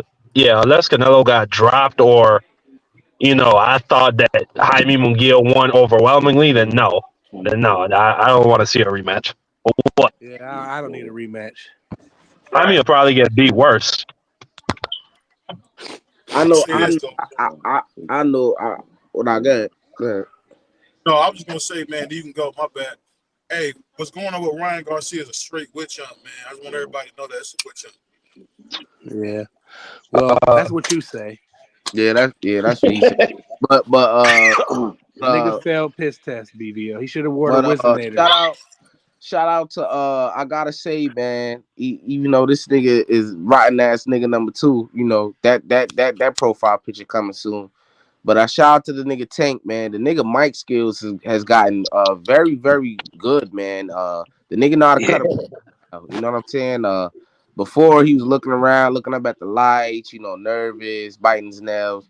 But that nigga cut a promo now, man. Shout out to the nigga Tank, cause he cooked Frank Martin in that press conference. I mean, it wasn't even close, man. He cooked his team. I mean, he was getting at him. Yeah, he ate his lunch. Talking about his girl. Frank got flustered on that. Yeah, he took his lunch money too, man. I mean, that was embarrassing. Hey. You right. When he mentioned this Frank's biddy boy, Frank turned it up. I was like, ooh, Tank going crazy right now. Tank pulled up though, you know what I mean? And then he crashed his interview. What y'all think about Tank calling Clarissa Shields Joanna man? Yeah, I thought that was lame as hell, bro. Yeah. That was funny. That was funny, yo. What do you call him? Joanna man. Joanna man, yeah. Joanna man. What the fuck is that? You never seen that movie? You remember the movie Joanna Man? With where the boy got kicked out the NBA, so he went to the WNBA as a girl. Hold on. Joanna man. What's that actor name? He always dressing up as a damn girl. Yeah, Nunez. His last name is Nunez. I ain't seen it, but yeah, this shit looks like a classic. Yeah, he on that sweet something. You know what I'm saying? He be doing movies. Yeah. But yeah, man. it's good with Clarissa, man. She don't look like no Joanna, man. Hell no, that was lame. But I will say, I did go up. Hey. I went and looked at Joanna, man. Put the picture up, man. It made me laugh though, cause I see why Tank called her that, but she ain't no Joanna, man, my nigga. Hey, you know what's funny? Wait, she done a 30-minute. Go ahead. She done a whole 30-minute live about Tank though. Why she? Hey, what had me laughing? Go ahead. Why Clarissa? Every time she got a beef with a guy, is a light skinned guy, man. I ain't calling no conspiracies, man. But every time she got a problem with a male fighter, it's a light skinned dude. Yeah.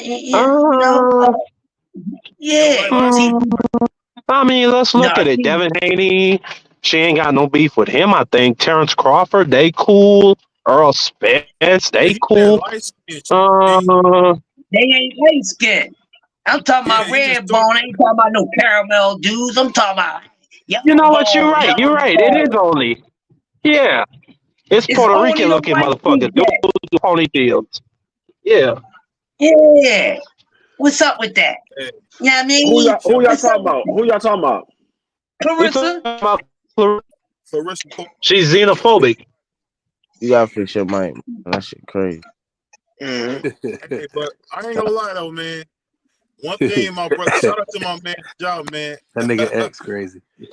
Hey, one man Job said was really true. All she got is a wagon, bro. For real. That's all she got is a wagon with good skin. Man, that's a nice looking sister. Shout out to Clarissa Shields. Shout out to the quote. I caught myself.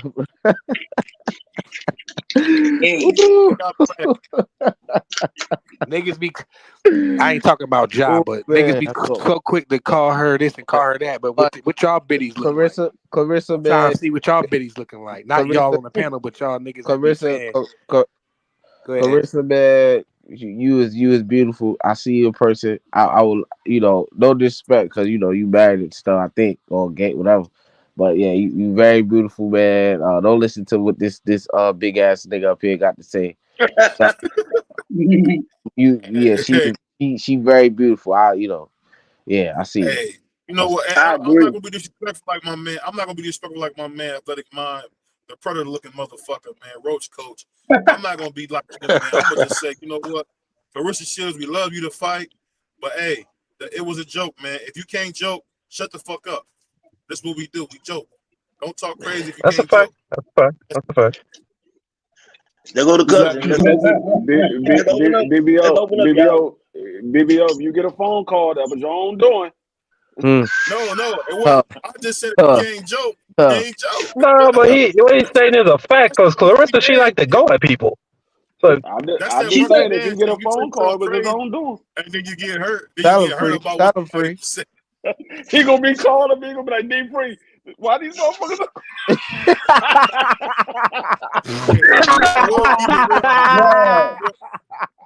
He gonna be like, he gonna be like D free. Hey, call it F1W. I'm gonna tell you, it's pretty cool. God really done blessed me. I get up this morning, I get a call from Iceman Scully. I'm thinking like, what are you calling me for? Telling me about, King Arthur not about to fight. I was thinking like, that's dope, man. I remember doing this in my truck, just talking shit on boxing, man. It's just dope to see it grow, man. It's dope to see it grow, man. And they said we couldn't do it. Asiatic Black Man, we doing it, y'all. Asiatic Black Man. Only one of the only black channels on YouTube. We doing it, y'all. That's right. Damn right. Anybody got something bad to say, you come see me. I like to cuss. Yeah, you're the only black channel that's doing it. The question is, what is you doing? Now, what the fuck is that supposed to mean, D Free? What the fuck is that? Are we keeping it authentic, or are we what you talking about? Stuff? I said, are we keeping it? We as a team. Not you. Yeah, we. I said, are we keeping it authentic? I would say yes. That's why I said, when you say the only one doing it, niggas gonna say, what you doing? Are we keeping it authentic? That's what I'm asking. I would say the team. I would say the team is strong. I do not share the same we got everything you can want on the boxing team. We got Wakanda. We got Wakanda D Free. Wakanda Pride. You see, this is shit I'm talking. This is what I'm talking about. We got Marky Dan, the Sugar Cane Pimp. We got my man, the Philosopher, Seal. We got the craziest nigga from Brownsville, man. My guy, Athletic Mind. And soon we're gonna have my man, Job, man, the boxing analyst, man, because that brother been really giving some great shakes in boxing, man. Well, what the hell am I? Wakanda. He left me out too, goddamn. Yeah. Oh, my bad. Oh, my bad. And we got my guy, Crush the Legend, the only shit talker we got on the whole panel, and we got my man, the master host, CDK. Man, with the fresh ass J's. Hold on. I saw CDK. You got them new J's. Them Jones is fire, my nigga. Appreciate it, bro.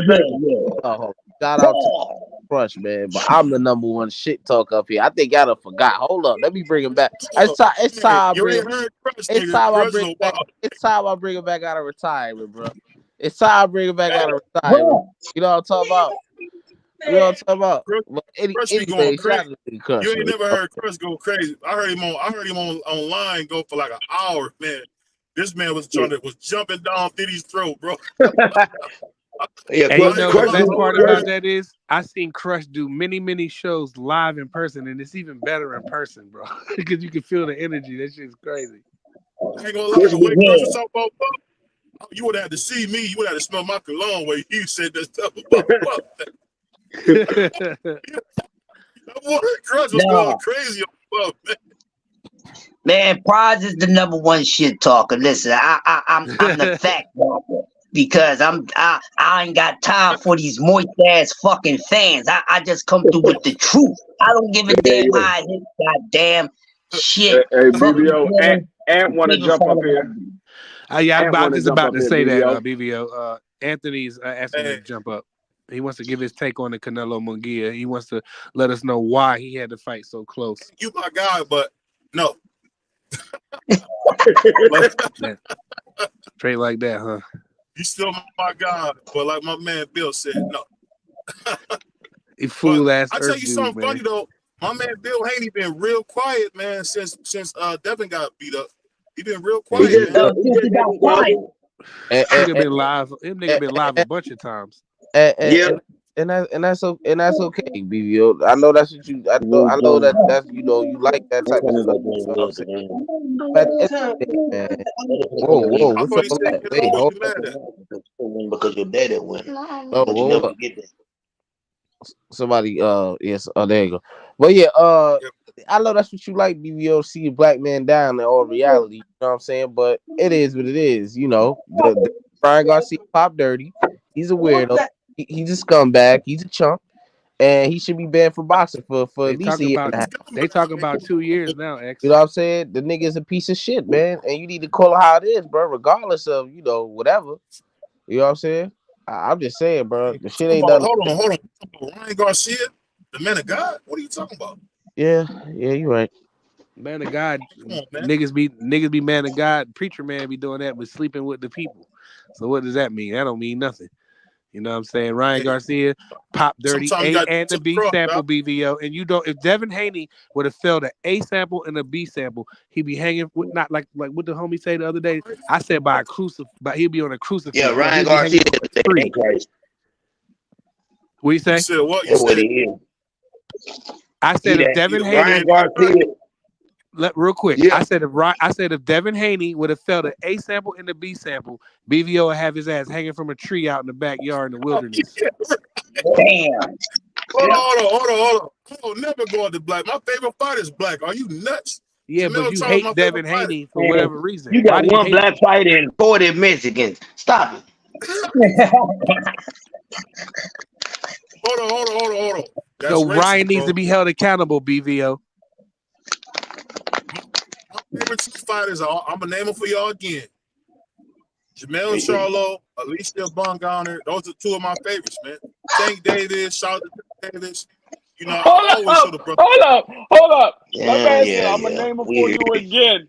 Jamel Charlo, Alicia Bongarner. That's two of my favorite fighters, and he stopped. Yeah, it's the only two. Oh, no. I said Tank Davis, Andy Cruz, David Hold did on. David Hold on. Morrell. Sick of this. When Tank Davis been one of your favorites? Because I recall what you said in the past. Yeah, me I too. don't know about nothing you talking about. Shout out to Coach Kenny. Shout out to my man Calvin, man, in the Upton Gym. We're gonna get an interview real soon, man. I don't know what D Free's talking about, but we moving on, man. Yeah, this is ridiculous. This is ridiculous. Straight like that. We moving on, ridiculous. man. If you look in your refrigerator right now and full of tacos, burritos, and shells, cut it out. And pork I gotta and stop by chicken y'all's and and get some rice. fried chicken, man. Nah, that nigga got a beef patty and cocoa bread sitting up in that motherfucker. You got beef That patty. dude make mind crazy. What he say? To get a beef patty and cocoa bread from the corner store is insane. Man. Yeah, that's some savagery, my nigga. I ain't never heard that shit. I ain't gonna front though. Them beef patties used to come to the worst spot, man. Them beef patties used to come through on the lunch break when niggas was hungry and it was past lunch and you still hungry at work. Niggas would go slip in one of those stores. Let me get 2 beef patties. And them poppies had them damn beef patties. Them shits was slapping. I don't care. Hey man, cause somebody tell me what a beef patty is. I'm from the country. What is a beef patty and cocoa bread? I really don't know. But a beef patty is basically it's like breaded, I would say, but it's beef inside in there. You know? Empanada. Like a burrito almost, but a little bit. Yeah, it's like a Jamaican enchilada. Okay, man, that shit ain't nothing but a damn papa without the soup and the vegetables. Pretty much. Same type of texture base. Yep, pretty much. Yep.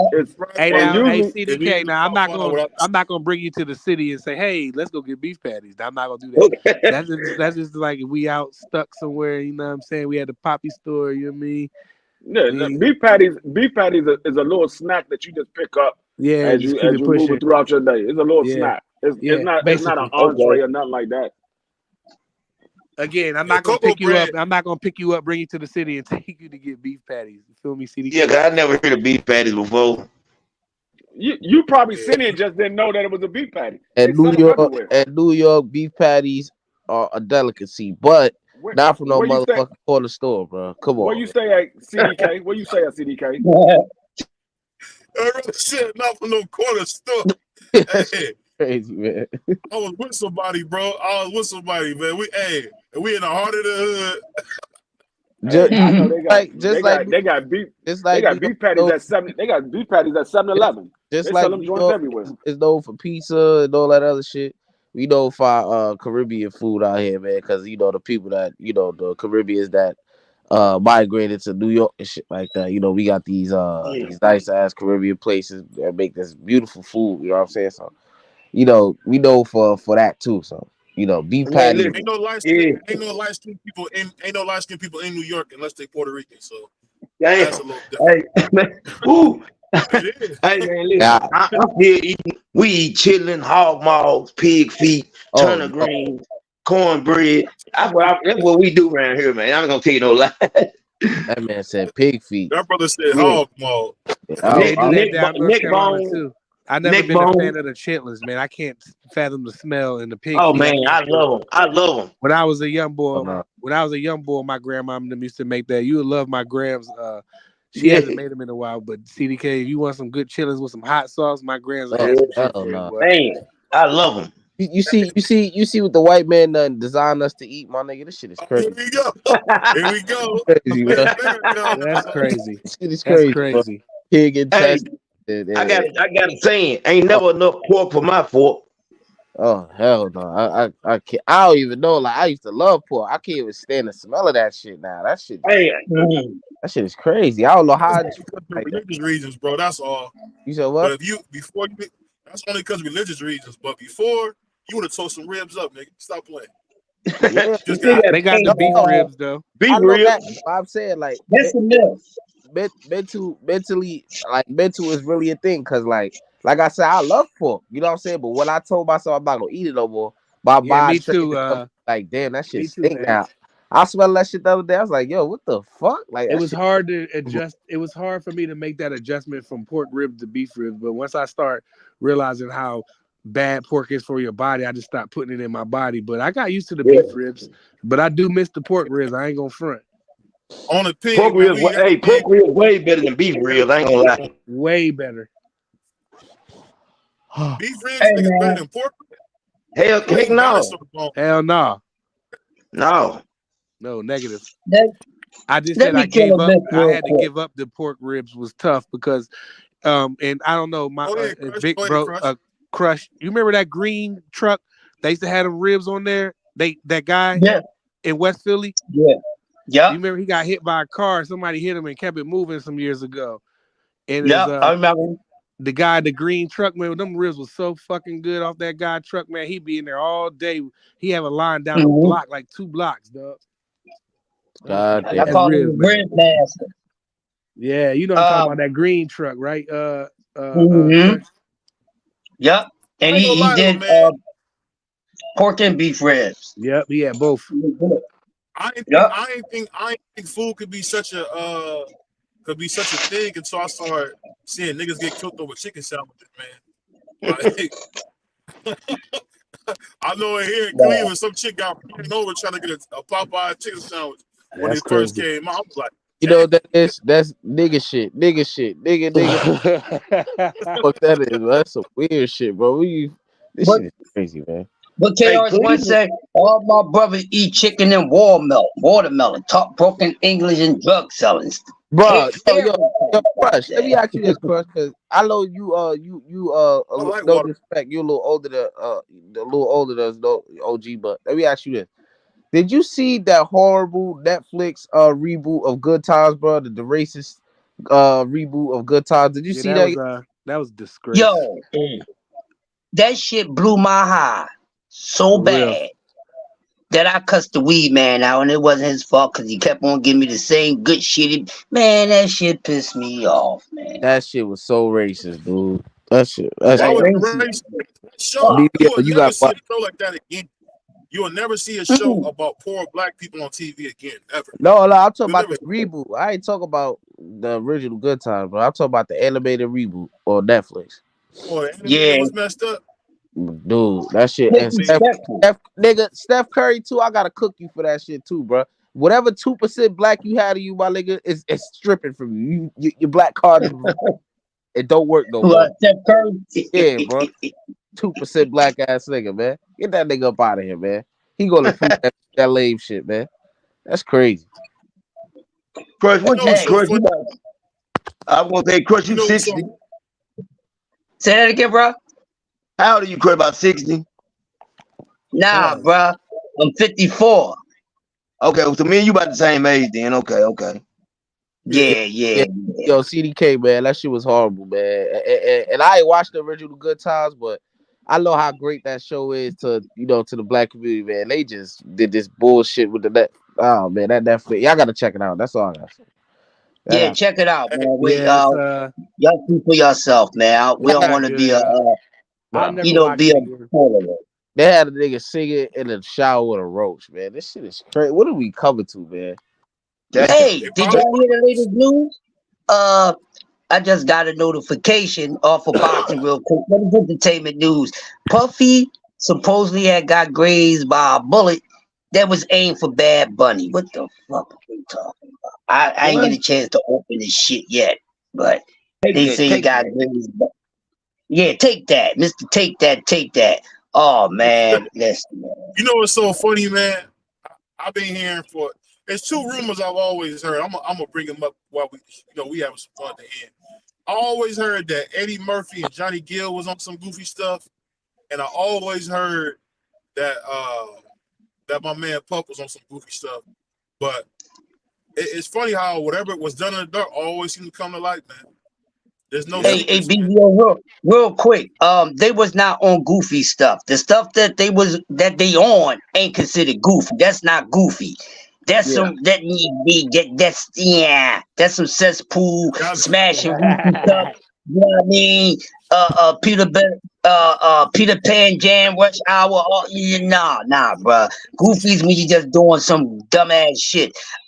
Smashing another man in the cheeks ain't doing dumb shit. That's some nasty shit. That's what it is. It's some nasty demonic stuff. They got a rapper that came out of this guy that Marky Dan was playing me. I can't remember his name. Dude. Hey, Marky Dan, what was that dude, man, that you was playing me, man? I can't remember his name, man. And what? Oh, he gone. I can't remember. He gone. Hey, BVO. They talking about your boy today too, man. Who? Biggie. They said that Biggie wrote a lot of gay lyrics, and they would kind of break down some lyrics of Biggie. You know what I'm saying? I'm just saying what they were saying. A lot of gay stuff, bro. I ain't gonna lie. That dude said, "You so fine, girl. I'll suck your daddy's dick." Yeah, that was crazy. That was crazy. Ain't no woman in the world that fine. Ain't no. Man, that's an old Richard Pryor joke, though. Remember, that is an old Richard Pryor joke. Yeah, Richard Pryor was on that. You know, he liked it, man. Well, one thing about Richard, he let you know, I get down with the boy club. He never shied away from it. Yeah. You know, but just because Richard said it doesn't mean that it's okay for Biggie Smalls to use it as a bar. Like, it is what it is. We and the nigga, I heard the nigga from what is it? What's the I forgot it that quick. Moving on up to the east. What's the name of that? What's the name of that? Chairman Hensley. Let me tell you something. Yeah, he's from South Philly. That weird shit, He's bro. from Philadelphia. Chairman Hensley, George Jefferson. He's from a part of Philly. He's actually from the projects down here, 13th Street Projects, known as the Martin Luther King Projects, aka Saigon, one of the most vicious projects in Philadelphia history. I know a couple of people went to school with a Chairman Hensley, man. But it's real quick. It's no surprise, people. We're gonna do some quick education real quick with this nonsense. Gay men started Hollywood. Let's go back to the beginning real quick. I'm gonna walk y'all through it real quick. Gay men, bisexual men created Hollywood. Gotta go back to a time when women didn't do anything. Remember, when women didn't do anything, they couldn't do anything. They didn't work. Before women can act, there was no women actors. But there was silent movies out there. There was movies out in the 20s and 30s. But if the woman wasn't able to act, who was playing the role of the woman? All this shit you can find. This is nothing that I made up with my creative mind. This is facts. That men was playing the roles of women in the industry. So they always been around. They always was the driving force of it. Respectfully, gay people have always been in high powerful positions. Always. It's just at some point in time back then they was more settled. They kept it amongst themselves. And then once this Me Too shit started, then they feel as though that they needed to be respected even more. When I think they was already being respected, because even back then, to the people that it wasn't acceptable, they respected those people by the way that they carried themselves. See, it's not about what you are, it's how you carry yourself. You understand what I'm saying? Because I shook hands and talked and conversated and ate dinner with all types of people. Some of the people who friends I home with, they was killers. They turned into killers. Some of them said I was fucking rapists. Like, you never know what type of friend that you are going to have. But it's something that we tolerate, because without tolerance, then a lot of shit would not be around. But it's tolerance for a reason, because you need an equal balance. And so back then they carried themselves with a lot of class. The gay people back then carried themselves with a lot of class. They hold themselves high. They go getters. They everything. That's why somebody say I don't understand a gay person, because they know how to get money. Just look at it. They all over the place. They fashion designers, makeup artists, whatever, labels owners, but they carry themselves with respect, and they carry what they represented in a respectful manner. They don't do that nowadays. Everything is tick, tick, tick, tick, tick, and they shoot everybody else down. They wasn't doing that back in the day. They wasn't shooting down and attacking the heterosexual people head on and things like that. So it's all about the energy that you put out, and that's what you're going to get back. No matter if you agree with the nature of it, but hey, what you do behind your closed doors, I don't give a fuck. All I'm saying is don't harm the damn children with that nonsense. You can butt plug all day with whoever you want. But just know, just don't harm, children and everything. And just when you're in the presence of me, respectfully, I don't want to hear those talks, want to see any of those acts. And it is what it is, but there's no respect these days. And that's why they all over the place with it. Not saying that it makes it cool, but they did carry themselves with some class back in the day, just like all adults did. So everyone in those, no matter the gender. Let me butt in on this. I think the thing that you got to keep in mind is this, man. Everybody had a place. It's just like you said, that you're trying to groom the children and make it okay. Like, I'll be honest, my daughter is going to a Catholic school this year because they wanted her to learn her pronouns, and I was not okay with that. And then you got to understand, man, just like you believe in God, believe me, man, the devil's real. The biggest mistake people forgot is that they don't realize that the devil is real. It's not a person. It's just the fact that's what the devil does, man. He wants to corrupt your mind. He wants to make you think good is bad. Good is bad and bad is good. I don't know if you ever seen a movie, man, called Vampire in Brooklyn. One of the dopest scenes about Go ahead. No, I'm just saying in general. One of the dopest scenes in the movie was bad is good. Good is evil. Evil is good. And the reason he said that is because when you say Brother Johnson got him a $2 hoe, and he had a ball with that $2 hoe. The thing is this, man, you can't do what you want. Everybody got to answer to God, man. So I make mistakes. I'll be honest. One of the things I'm working on, and it's real talk. I'm working on getting control of my stomach, and people laugh at that, but I understand that to be close to God, you gotta have control over your stomach. Having control over your stomach, what you eat, what you drink, is a huge, huge factor to godliness, man. It's a huge thing, man. So it's all about discipline, and real discipline is self-love. And I think you're gonna understand, like, that's all it is. It's self-love, man. Just like when a chick, everybody that had a chick, you up there scraping her, and she say, choke me. Yeah, she might come fast from doing that, but hey, that's wrong, bro. You won't want nobody choking your daughter like that. So it's like you got to carry that same morality, man, even when it's inconvenient. The key is to do the right thing when no one's watching. That's the truth. That's the realest thing it is. Like a chick might say, yo, hit me in the tail. No. A chick might, I'm one of them guys, I don't like dyke chicks. I don't like chicks that like chicks. Dudes that like that, that's cool, but I don't want no dyke chick. So we got to be honest, we contribute to a lot of that goofy stuff because I know a lot of chicks that got turned out would have never been that way if they man didn't push them that way. But go ahead, the floor is open. Yeah, that shit Man, real quick, I don't think that is the fact that a lot of these men push them that way. That's some bull-ish ass myth, and it's a sorry damn excuse. You're not going to tell me that because I broke your heart, I'll push you to the other side of the fence. God damn it, my heart. I'm talking about when they invited a chick to the room is what I'm saying. I'm not talking about the breaking part. I'm talking about, oh yeah, bring your friend, and then they bring their friend. I got a question though, and they like pussy too. I got a question for Prize, man. Yo, Prize, you up in here, bro? Yeah, he's still here. What's up with your boy Freak Mill, bro? What's going on with him? That's a Philly thing. Prize, go ahead, Prize. You got to do it first, Prize. Go ahead, Prize. I don't know what's going on with Meek Mill. He's different acting now. He got a lot more money.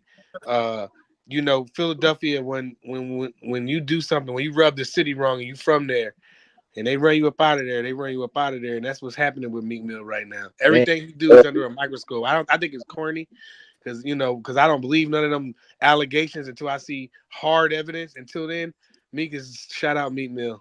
Dude, they dropped. Okay, hold on. So since you brought that up, X, now let another Philly guy get in on this real quick. Prize, you been a little too goddamn nice, goddamn it. You know you my dog. Listen, it ain't no allegations, man. It been this damn way since day one. I'm gonna tell you way before goddamn Puffy. And I keep on telling y'all when we had these talks. And D3 know where I'm about to go at. Listen, when you young and you don't sign any goddamn contract, if you don't know contract law, business language, and you don't have proper representation, you don't know what the F you signed it up for. Or do you know what the F you signed up for? That's why you ain't take no damn lawyer, because he gonna tell you no unless he on the same side of recruiting your ass. So from day one, the video was out. Remember the first contract he signed, he went to Rick Ross' house. We doing business. Bro, your house is hot. Why you got your shirt off? You got money. Put on the central wear. We ain't doing no business talk, or we ain't putting no ink on no line when you sitting there with your titties out, my man. And then when he signed the contract, you looked at the look on Rick Ross, another one. Well, don't say another one because you being a recruiter for him. This what happens, man. And then you got to look at it. Let's just keep it funky. I'm going to run y'all through this real quick. Listen, now we know how the people do, how the man do, right? Now, they know we ain't nothing. They make money off us in all kind of damn ways. Now, when Meek Mill first half of his damn career, when he was hot, where was the man? Where was the man? They wasn't effing around with him. You didn't hear him talking to no basketball owners and football owners and running around with all those type of guys. It was the people. It was us. It was his fans. It wasn't them. Then you got to look at it. Then he even stepped in deeper. You know, the Nicki Minaj thing. You know, no disrespect, but we know what time it is. So then he gets in a 2-year relationship with someone who signed that deal. All right? That goes down, they whole thing fall apart. He goes to jail, the judge from here do all this nonsense. Now follow my timetable. Now all of a sudden, when he gets out of jail, and this is at the point when his career is not as hot as it was, it's starting to go backwards. You got all these millionaires, billionaires. Where the hell did Robert Kraft ever pop up in Meek Mill career when he was hot? All those higher ups, they was not around. So they came and got him for a reason. What did I just say? He just got finished dealing with somebody for 2 years that was in the shit. See, that was another initiation. These people take multiple signings, man. And then all of a sudden, his body language look different. I don't know why y'all keep faking the funk. But we see these people every day. You can see the change in these people when you know they dealing with what they dealing with. They skin complexion turn different. They look. It's a different look. And then you thinking that all these years the males becoming more punctual with the way they speak. Now all of a sudden they talking you know what happened to the slang talk for all these years? You've been in the industry for 10 years. Hold up real quick. And on the 12th year, you starting talking all different. You didn't need that to help your career this whole damn time. Then you running around with P. Diddy. Go ahead, bro. Cause I was almost done. Then you running around with these different people now. Then we seeing you doing acts that you never did before.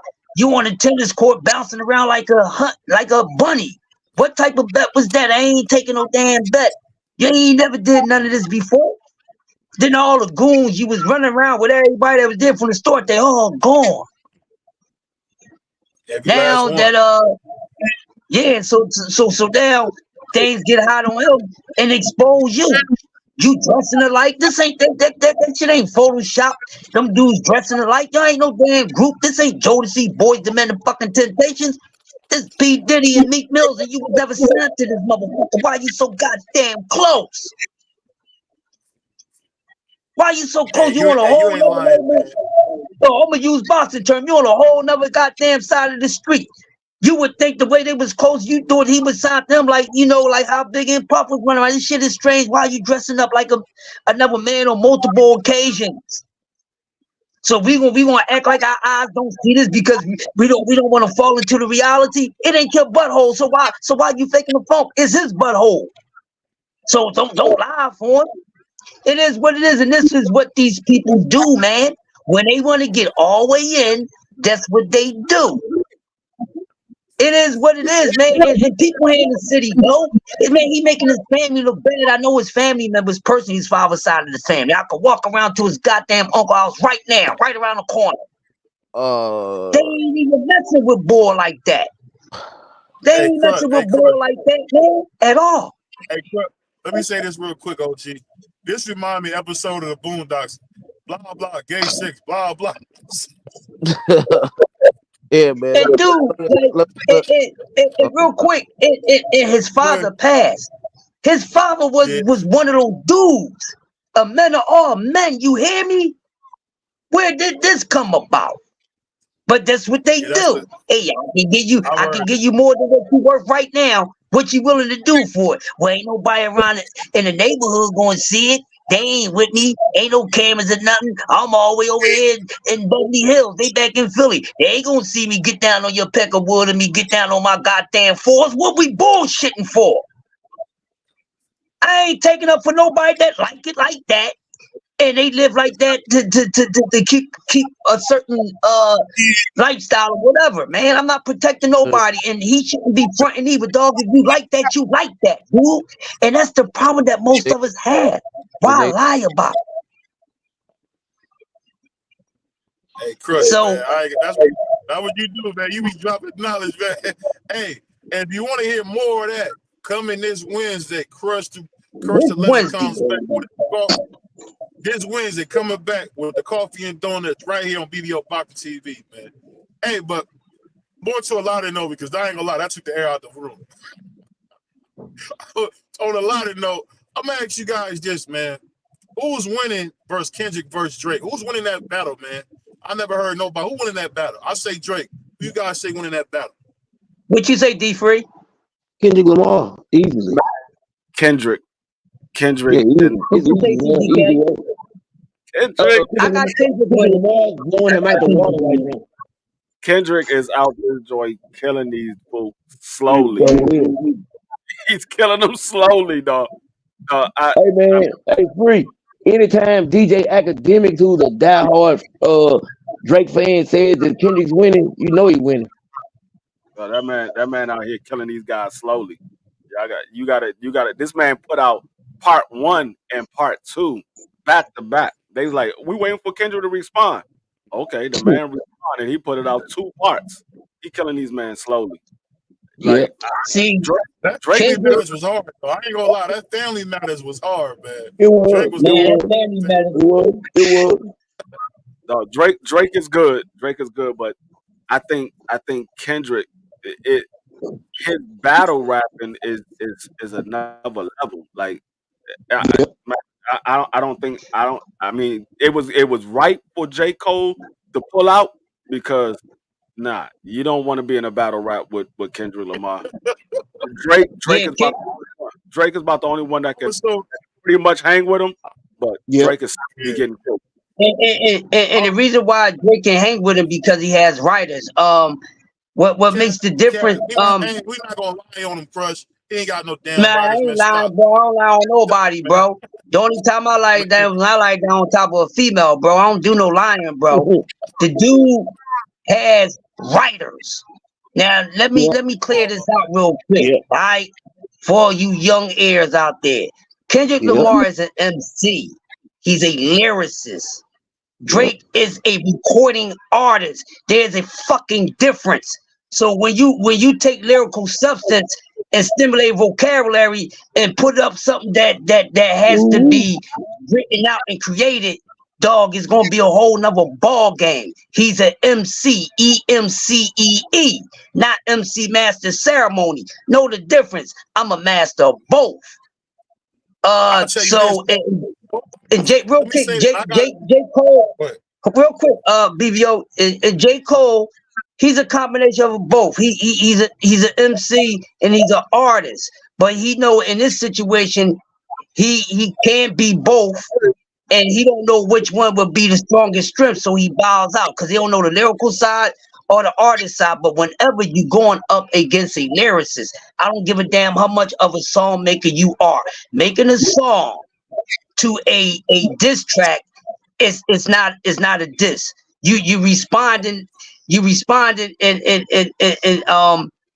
in a way you making a recording song to make money off it, not to win the fucking battle. It been happening like that in rap and hip hop for all these damn years. When you got these lyricists going up against recording artists.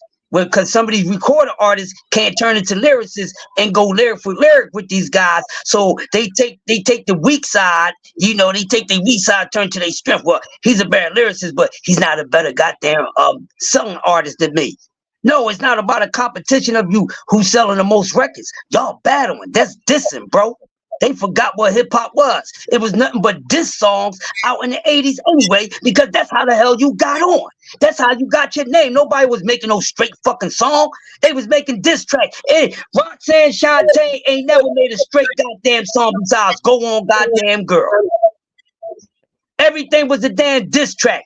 UTFO knew how to take battle lyrics and put it into a song form. What are we talking about? Anybody that wished to try to rebut this, come and get this ass whipping. I am hip hop. All four elements is a fucking difference, and that's why these goddamn hot selling artists, that's what they do. Oh, I can't beat them lyric for lyric, but I'm gonna beat them in record sales. 50 Cent, but it didn't help him. It didn't help him against the Locks, because you know what? The Locks was so low that it took it took from the underground and they rose to the upper surface. Because the way that they did it, it made people say, well, damn, you know what? I like the way these guys do this thing.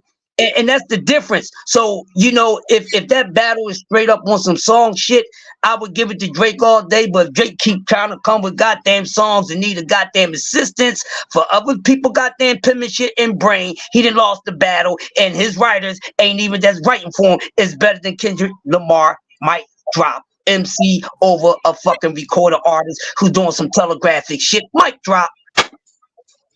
Hold on, man. Hold on. There's been a lot of capping going on. My brother Chris been on a lot of capping. I'm gonna tell you this, and I heard this from my man Price. Right in your head, BVO. I ain't want to hit you with real bullets, so I hit you with caps in your head so they won't hurt, bro. That's the only thing that was the caps was the one that's thrown, because I don't want to hit you with real bullets. I threw some nerve joints and some rubber bullets, bro. This is all facts, man. This is all facts. This is what we do over here. Everyone on this panel does this. I'll tell you this, man. Drake is the king of rap. At the end of the day, he sell more, he do more than Kendrick Lamar, and the songs that Drake make are going to get played again. And as J. Cole said it best, we wouldn't be disgusting if it wasn't this. You just proved Crush his argument. You just proved Crush argument. Drake is making songs. Kendrick is battling. He's not making songs. He's battling. So you talking about an artist going against a MC. You just proved Crush point. You just said it. He's making his songs being played more. They're gonna be played over and over again. He's making more money. Yeah, you just proved his point. There's a difference between a MC and an artist. There's a difference. I mean, like I said, well, see, that's why I asked real quick. You go lyrically. Why Kendrick Lamar is a better lyricist than Drake Lamar. Drake, but Drake is a better artist than Kendrick. So I mean, there's two different categories when you look at. But that's like saying, that's like saying Prince is better than Michael Jackson. It's the same. I'm gonna give you a perfect analysis. You got 50 Cent versus Jadakiss. 50 Cent is a better artist. He can battle, but he's a better artist. Jadakiss is a better lyricist. Better lyrically. I can see that. Hell of a good artist, but 50 Cent is a better lyricist. But BVO, Even though Drake might get the sales, but guess what? Those diss tracks is getting sales too, my man. And guess what? Those sales is going to accumulate faster than you got to go on Spotify, whatever, to buy it and shit. People like diss tracks. I mean, Jadakiss became one of hip hop's greatest MCs of all time and got moved up on the list because of a fucking diss track from a mixtape. Yo, you seen it when he dropped the verse again. That shit, they put that shit on a fucking billboard, dog. Now, what song, this song that you can say that went from billboard and went down and get praised for it? No, because going up to down is not a praise, but going from down to up. This man took a battle rap and when he resurfaced it for all the new ears to hear it, they put it on the billboards. It's a diss track. It's not a fucking song. So you can tell how more effective that diss track was, man. And people was like, yo, this dude Jadakiss, I never heard of him. Or it's a diss track, bro. See, that lyricism will take you over, man. And those songs that take you down at times. And just look at the difference. Like, you can't get no better than that, man.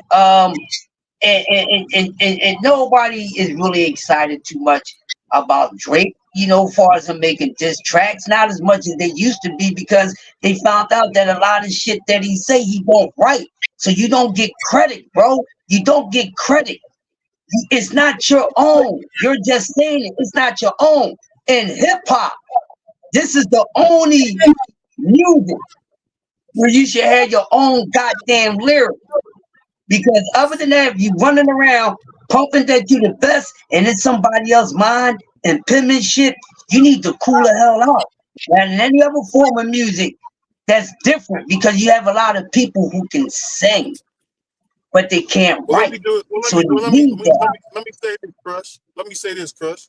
I'm gonna tell you why that's a crap point. Because when I hear Snoop Dogg, I hear DOC. When I hear Eminem, I hear DOC. So the thing you saying makes no sense because I know DOC helped Eminem and Snoop Dogg become what they were. So it's like you can't say somebody helped you with a strong. Now I'm about to kill you. I'm about to kill you. You thought you was doing something. It's like chess. Now, with that being said, how many lyrics, songs that you can say that DOC wrote for Snoop Dogg? Not even recorded his goddamn career. Maybe a song or two. So when we heard Deep Cover, when he came out with Deep Cover, we heard Snoop. We ain't no goddamn DOC. What are you talking about? Now you want to go somewhere. Wait, bro. Now you want to go somewhere. Snoop, hold up real quick. Snoop didn't need DOC to write his shit, bro. What are we talking about? DOC was writing for the rest of them fools over in Death Row. This what Dog said. Dog said get Snoop without DOC. That's what Dog said. Okay. You don't believe that don't mean that DOC wrote his lyrics. That don't mean DOC wrote his lyrics. What are you talking about? I knew you was going to say something that's going to make you body slamming yourself, bro. He didn't say that man wrote his lyrics. He just said that the advice and guidance and points helped him. Or that was an MC that he looked up to, a recording artist he looked up to. But DOC did not write Snoop lyrics. No, you would have been better off if you would have said somebody like Corrupt wrote Snoop, because Corrupt was close to Snoop. That was one of his people in the Dog Pound.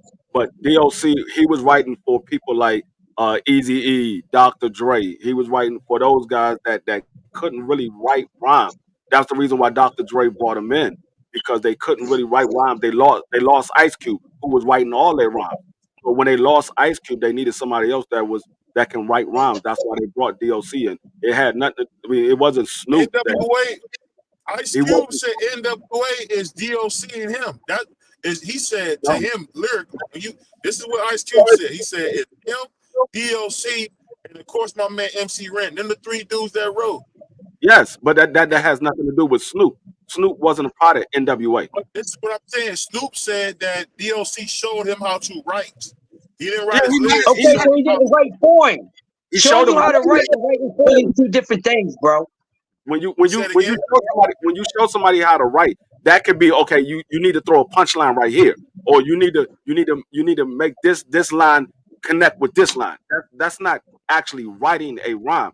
He's not putting his words on the paper. He's telling them you need to throw a So he punchline. showed him the way. That's what I was saying. He showed Yeah, him the way. What I was saying to Crush is sometimes you need somebody, just like Lil Wayne had Gilly the Kid, show him the way how to rap. but you Some said, people show you how to do it. but I what you wasn't said trying to. was, Well, but no, what what you, I'm Gilly saying, I actually wasn't wrote saying. for Wayne. but listen, Gilly BBO, wrote for Wayne. listen, BBO. What you said was when you hear Snoop, you hear DOC. That's not true. DOC didn't rap like Snoop. He didn't use the words that Snoop uses. So you didn't hear DOC. DOC, those words that you heard Snoop, a lot of those words Snoop made up. He made those words up. I'm Those talking about words, his influence. I'm just saying his influence. That's all I'm saying. I You mean, can hear the influence. there's influence on everybody in rap. There's influence on everybody in rap. That doesn't Exactly. that doesn't mean that they sound like that individual. There's a lot of influence. There's people that's been influenced by 50 Cent. They don't sound like 50 Cent. There's people that's been influenced by Eminem. They don't sound like Eminem. Both did. Who? I get what you're saying. I get what you're saying. You see what I'm saying, BVO? That's all I'm saying to you. You got to know the difference, and then that'll help you better with deciphering how to, pick a winner in the situation. So since it's a battle of lyrics and not songs, Kendrick is whooping his ass.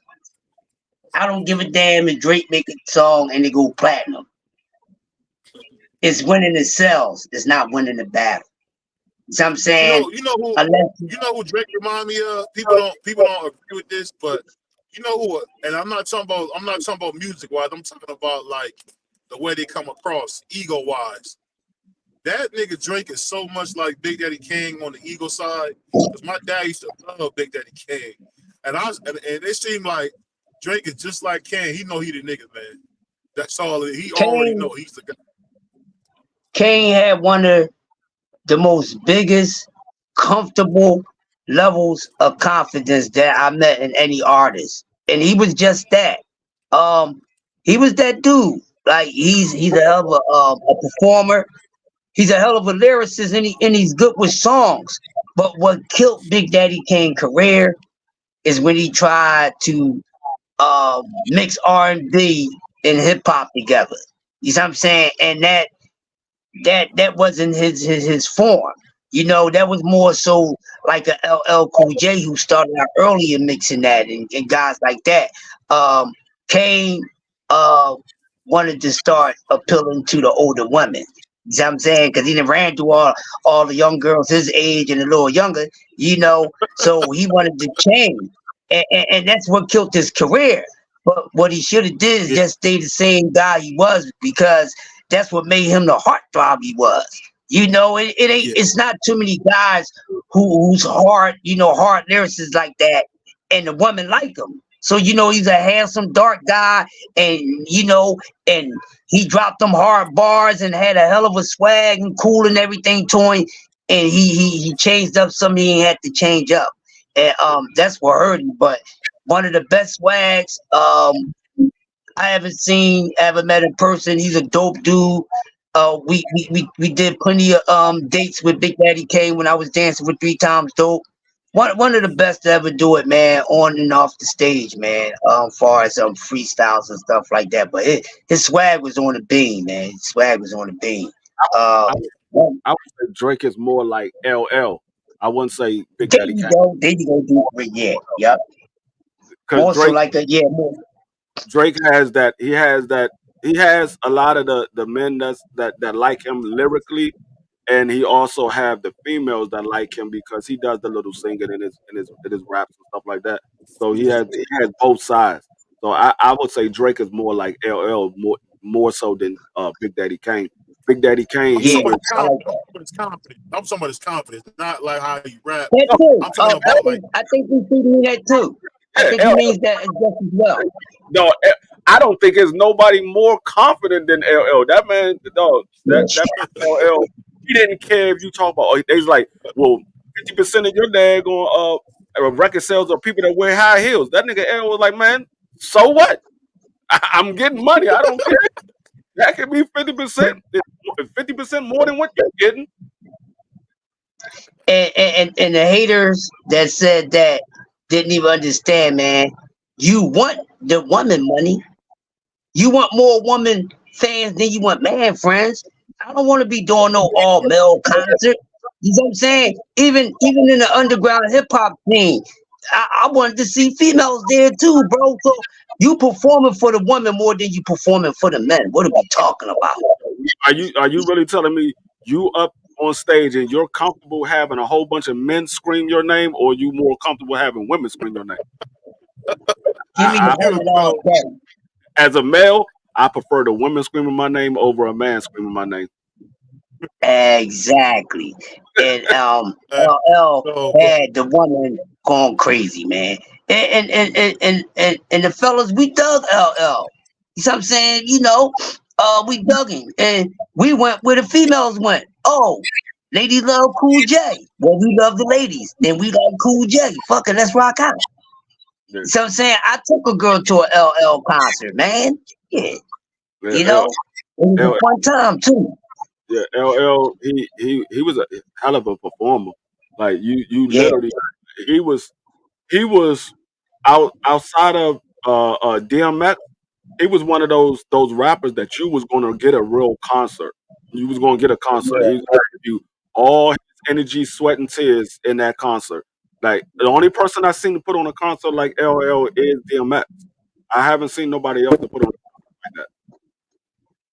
Yeah, the passion driven and everything. And LL is one of the very few total package and when it comes to hip hop and rap, because he was successful in every genre of hip hop, no matter if it was a hardcore song, if it was a club banger, if it was a story, if it was a love song, if it was an R&B collabo. I think LL is the king of rapping R&B collabos, because the one, man, we have a lot of artists that did them, but L was doing them very well, man.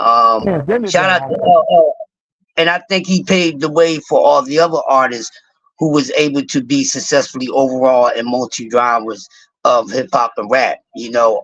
So shout out to him, because he was successful in every part, from just being an MC, the diss tracks, the songs. He did it all, and then he was a hell of a showman. He gave you a actual show. He just wasn't up on stage kicking out his bars and stuff. He gave you a show. The fellas like the energy and everything, and the dopeness of the lyrics, and you know, and the ladies like the light skinned dude, you know, with the Kango on, with the biceps and the 6-pack, you know, and it was made everybody happy, man. So shout out to LL. I'll say, the biggest. You know, just to piggyback off what you said, Curtis Blow was our first star, but it's going on 40 years now. LL Cool J is hip hop's first superstar, and he don't get enough credit, boy.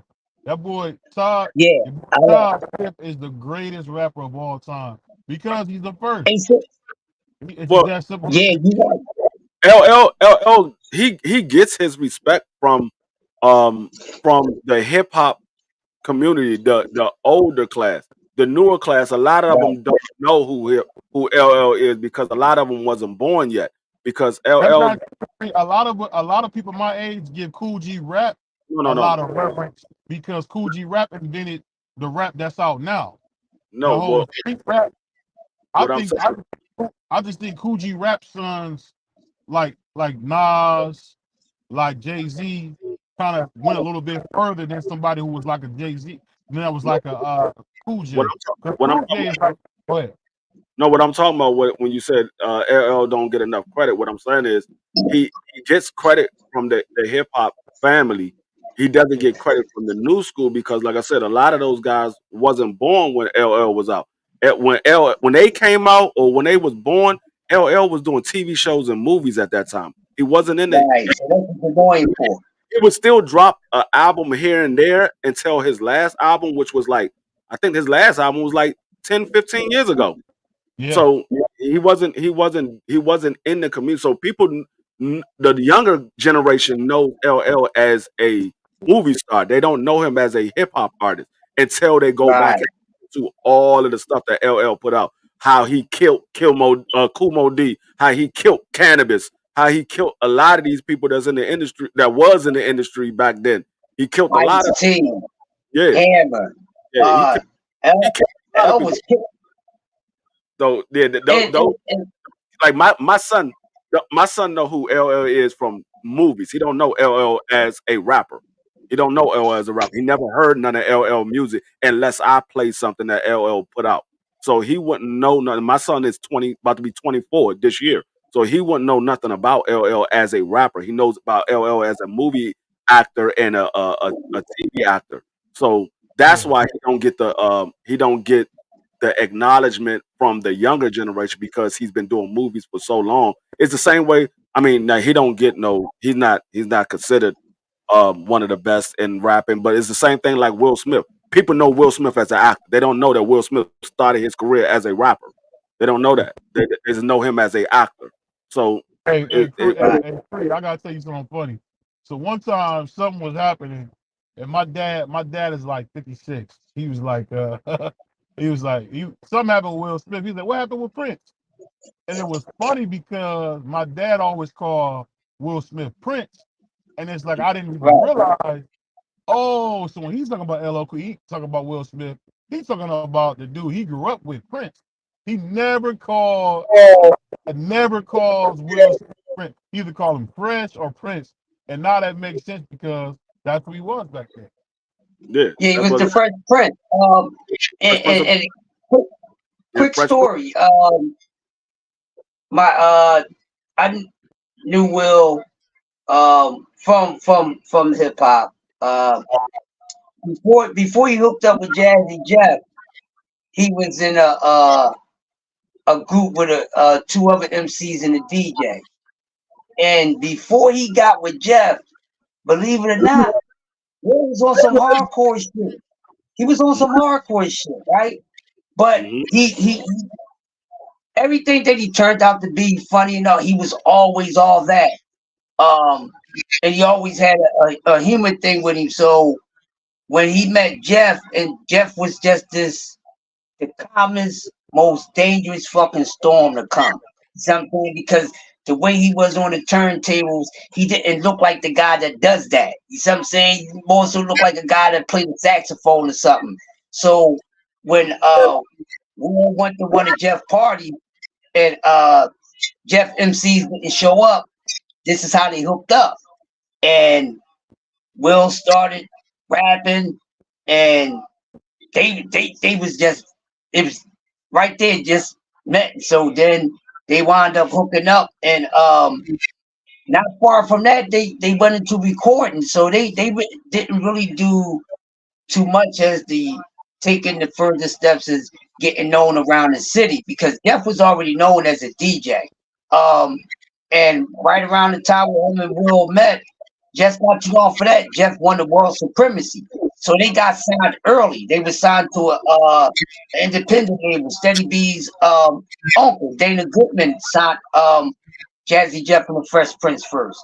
And so when they got signed, and Will was always a hell of a writer, and you could tell by his stories and things like that and the songs that he wrote, it was just meant to be. So he jumped right into getting signed fast as fuck. So it was like overnight. So when he met Jeff, boom, next thing you know, these guys got signed, and they was on their way. But he was definitely planning on going to acting before, it even got offered to him. That was always his role. He said he was going to be, first he was talking about being a comedian. He was saying being a comedian and an actor, like doing both. But he's a comedic actor, and he's a hell of an actor because he can do multiple roles. So shout out to him. That's something that he always wanted to do once he touched the microphone and went full-fledged with it. So That's how he came say this, about. bro.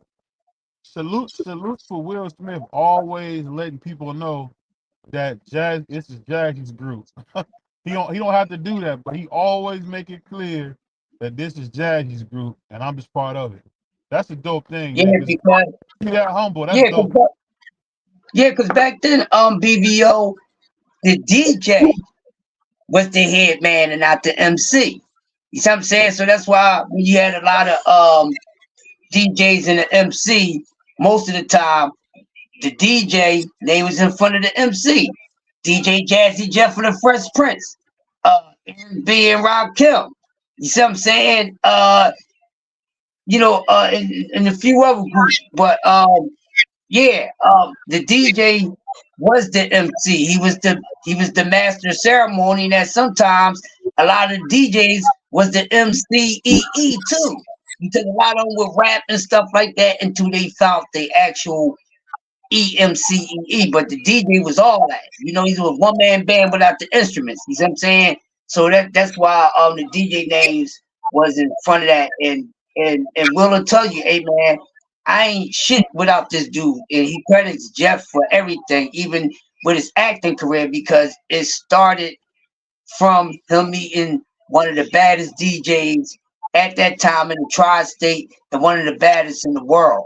You see what I'm saying? And the DJs was the one, it was more DJ battles than MC battles. And the DJ battles always seemed to be a little more exciting, or the people took to it more than the MC's battle. It's like how you treat the NBA and the WNBA, and that's how they treated some of the MC battles like the WNBA. But whenever it was the DJs cutting up, putting grooves down, blending, and everything, the DJ was the man. That's why you had a lot of dedicated songs to the DJs. Last night the DJs say, well, hey, on the request line and all that other shit. But that's why he does that, and that's good, and they built a great friendship and a great career. And even when Will went fall into acting, Jazzy Jeff was still touring the world, getting paid thousands and thousands, sometimes hundreds of thousands, just to play for a few hours, going around the world. Because his rep is high up. He's like equivalent to Michael Jackson, how popular Michael Jackson is, and that's how they look at Jazzy Jeff when it comes to the DJs. When you look at DJs from all around, a lot of them are bad. They're going to tell you, hey, man, Philly's the capital of the DJs, and Jazzy Jeff is that guy. And we seen a lot of the top DJs give him his flowers and continue to give him his flowers. Shout out to the DJs for making some of their former fellow MCs or still, have a great career in music or whatever else that came in. So that's cool. Run DMC was bigger than Jam Master Jay. That was a little different because those two guys, their delivery was something else, in their appearance and the way that they showmanship on stage, so they was high energy. And I just think, they wanted it was just like it was with Uncle E with Eric B and Rakim. Jam Master Jay was just the actual street guy. Them dudes are rappers. Just like Uncle E was the street guy in Rakim and Eric B. I mean, I'll be honest with you. To me, I thought Rakim was never the same without Uncle E, man. I thought he was never the same. Like, you know what? And BVO, I agree with you 1,000%. That was heartbreaking. It was heartbreaking. I didn't like it. I felt it. How we say we feel the pain. Well, I felt the pain of that because it was such a great chemistry, and we was hoping the best for Rakim, and no matter who Rakim got to produce some stuff, it never hit like him and Eric B. That's just like we could never have another Gangstar because Guru and Primo was just a perfect fit. But we know nobody rap Primo. on them beats like Guru can. And you know, Oh and my you say gosh. that because I used to love when Guru would say, "Y'all can do what y'all want, but don't forget that's my DJ." I used to love when he would Yeah. say that. Yeah. He always used to say, "That's my DJ. He could be your producer, but that's my DJ." And Yeah. Primo produced a lot of good songs and good tracks for people, but and it was very successful. He got a hell of a successful catalog, but him and Guru was just something else. Guru, shout out to Guru, man. So when you got that chemistry, man, it's something else. And I was like, yeah, man, Guru and Primo, they whole story. Neither one of these guys being from New York originally, one from Texas and one from Boston. I think Primo's from Texas and Primo's from Texas and Guru's from Boston. So it's funny how that came about, man. And it wound up being one of the dopest hip hop collabs ever, man. I love listening to Gangstar, but yeah, I love that song, Master Kill, man. The I funny was thing just about listening. the thing about Guru that I always loved about Guru and CL Smooth. I don't know if you ever heard of CL Smooth, but Yeah, of course, CL it's Smooth, Pete about Rock and CL they would Smooth, rap man. so effortless. It be so effort, man. Like no effort is put into it. Like I don't care what nobody say. I've never heard nobody rock Pete Rock's beats the way CL Smooth did. Like nobody. It, it's the same way with it's the same way with Pete Rock and CL Smooth, like it is with Primo and Guru. Yeah. Speaking of speaking of CL Smooth, he don't get enough recognition, man. Guru gets way more recognition, but CL Smooth as an MC, his lyricism, his delivery, his style, his flow, his voice, his charisma, his creativity. Um, he don't get enough recognition, and it took me a while to really understand what's the reason behind it.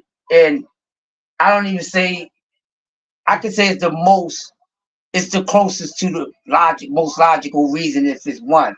I think why the reason why CL Smooth got overlooked, it wasn't because he lacked anything, but it was too much competition around at the time. You see what I'm saying? And he wasn't a guy. People was attracted more to Pete Rock and than Pete Rock and CL Smooth. And And Pete Rock is like one of them dudes. He almost like magnetic. Everybody want to mess with Pete. yeah, That's the difference. shout out Everybody to love Pete Pete Rock. Rock. Everybody love Pete Rock. Yeah, Hey, I feel like this. I knew that Pete Rock was likable when you hear people like Kanye, Jay-Z going out their way to get him. And it's like, yeah.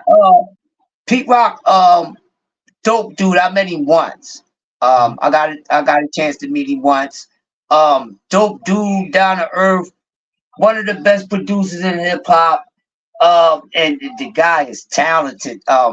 Just like Primo, this guy, his catalog, the music that he produced. If anybody's still here in the chat, these men, they just wasn't producing hip hop tracks. They produced a lot of hits for R&B artists and abroad. Like go look at these guys. Go look them up, man. You see they land of work will blow your mind. I'm not gonna give y'all no spoiler alerts, but I think we giving y'all some good talk. Um, but yo, you would be surprised some of the hits that they are behind on production from all aspects of production to one or two aspects. Very talented guy. And he's a good DJ too. You know what I'm saying? You know how to rock the crowd. And when you know music, when you're a historian of music like we are in boxing, I love to hear them play because they're equivalent to playing an instrument. Where I hear sometimes I just like to hear the DJs just pull out the vinyl. You ain't gotta do all the tricky stuff. It's just throw on the music, man. I tell you something funny And though. I think his ear for jazz.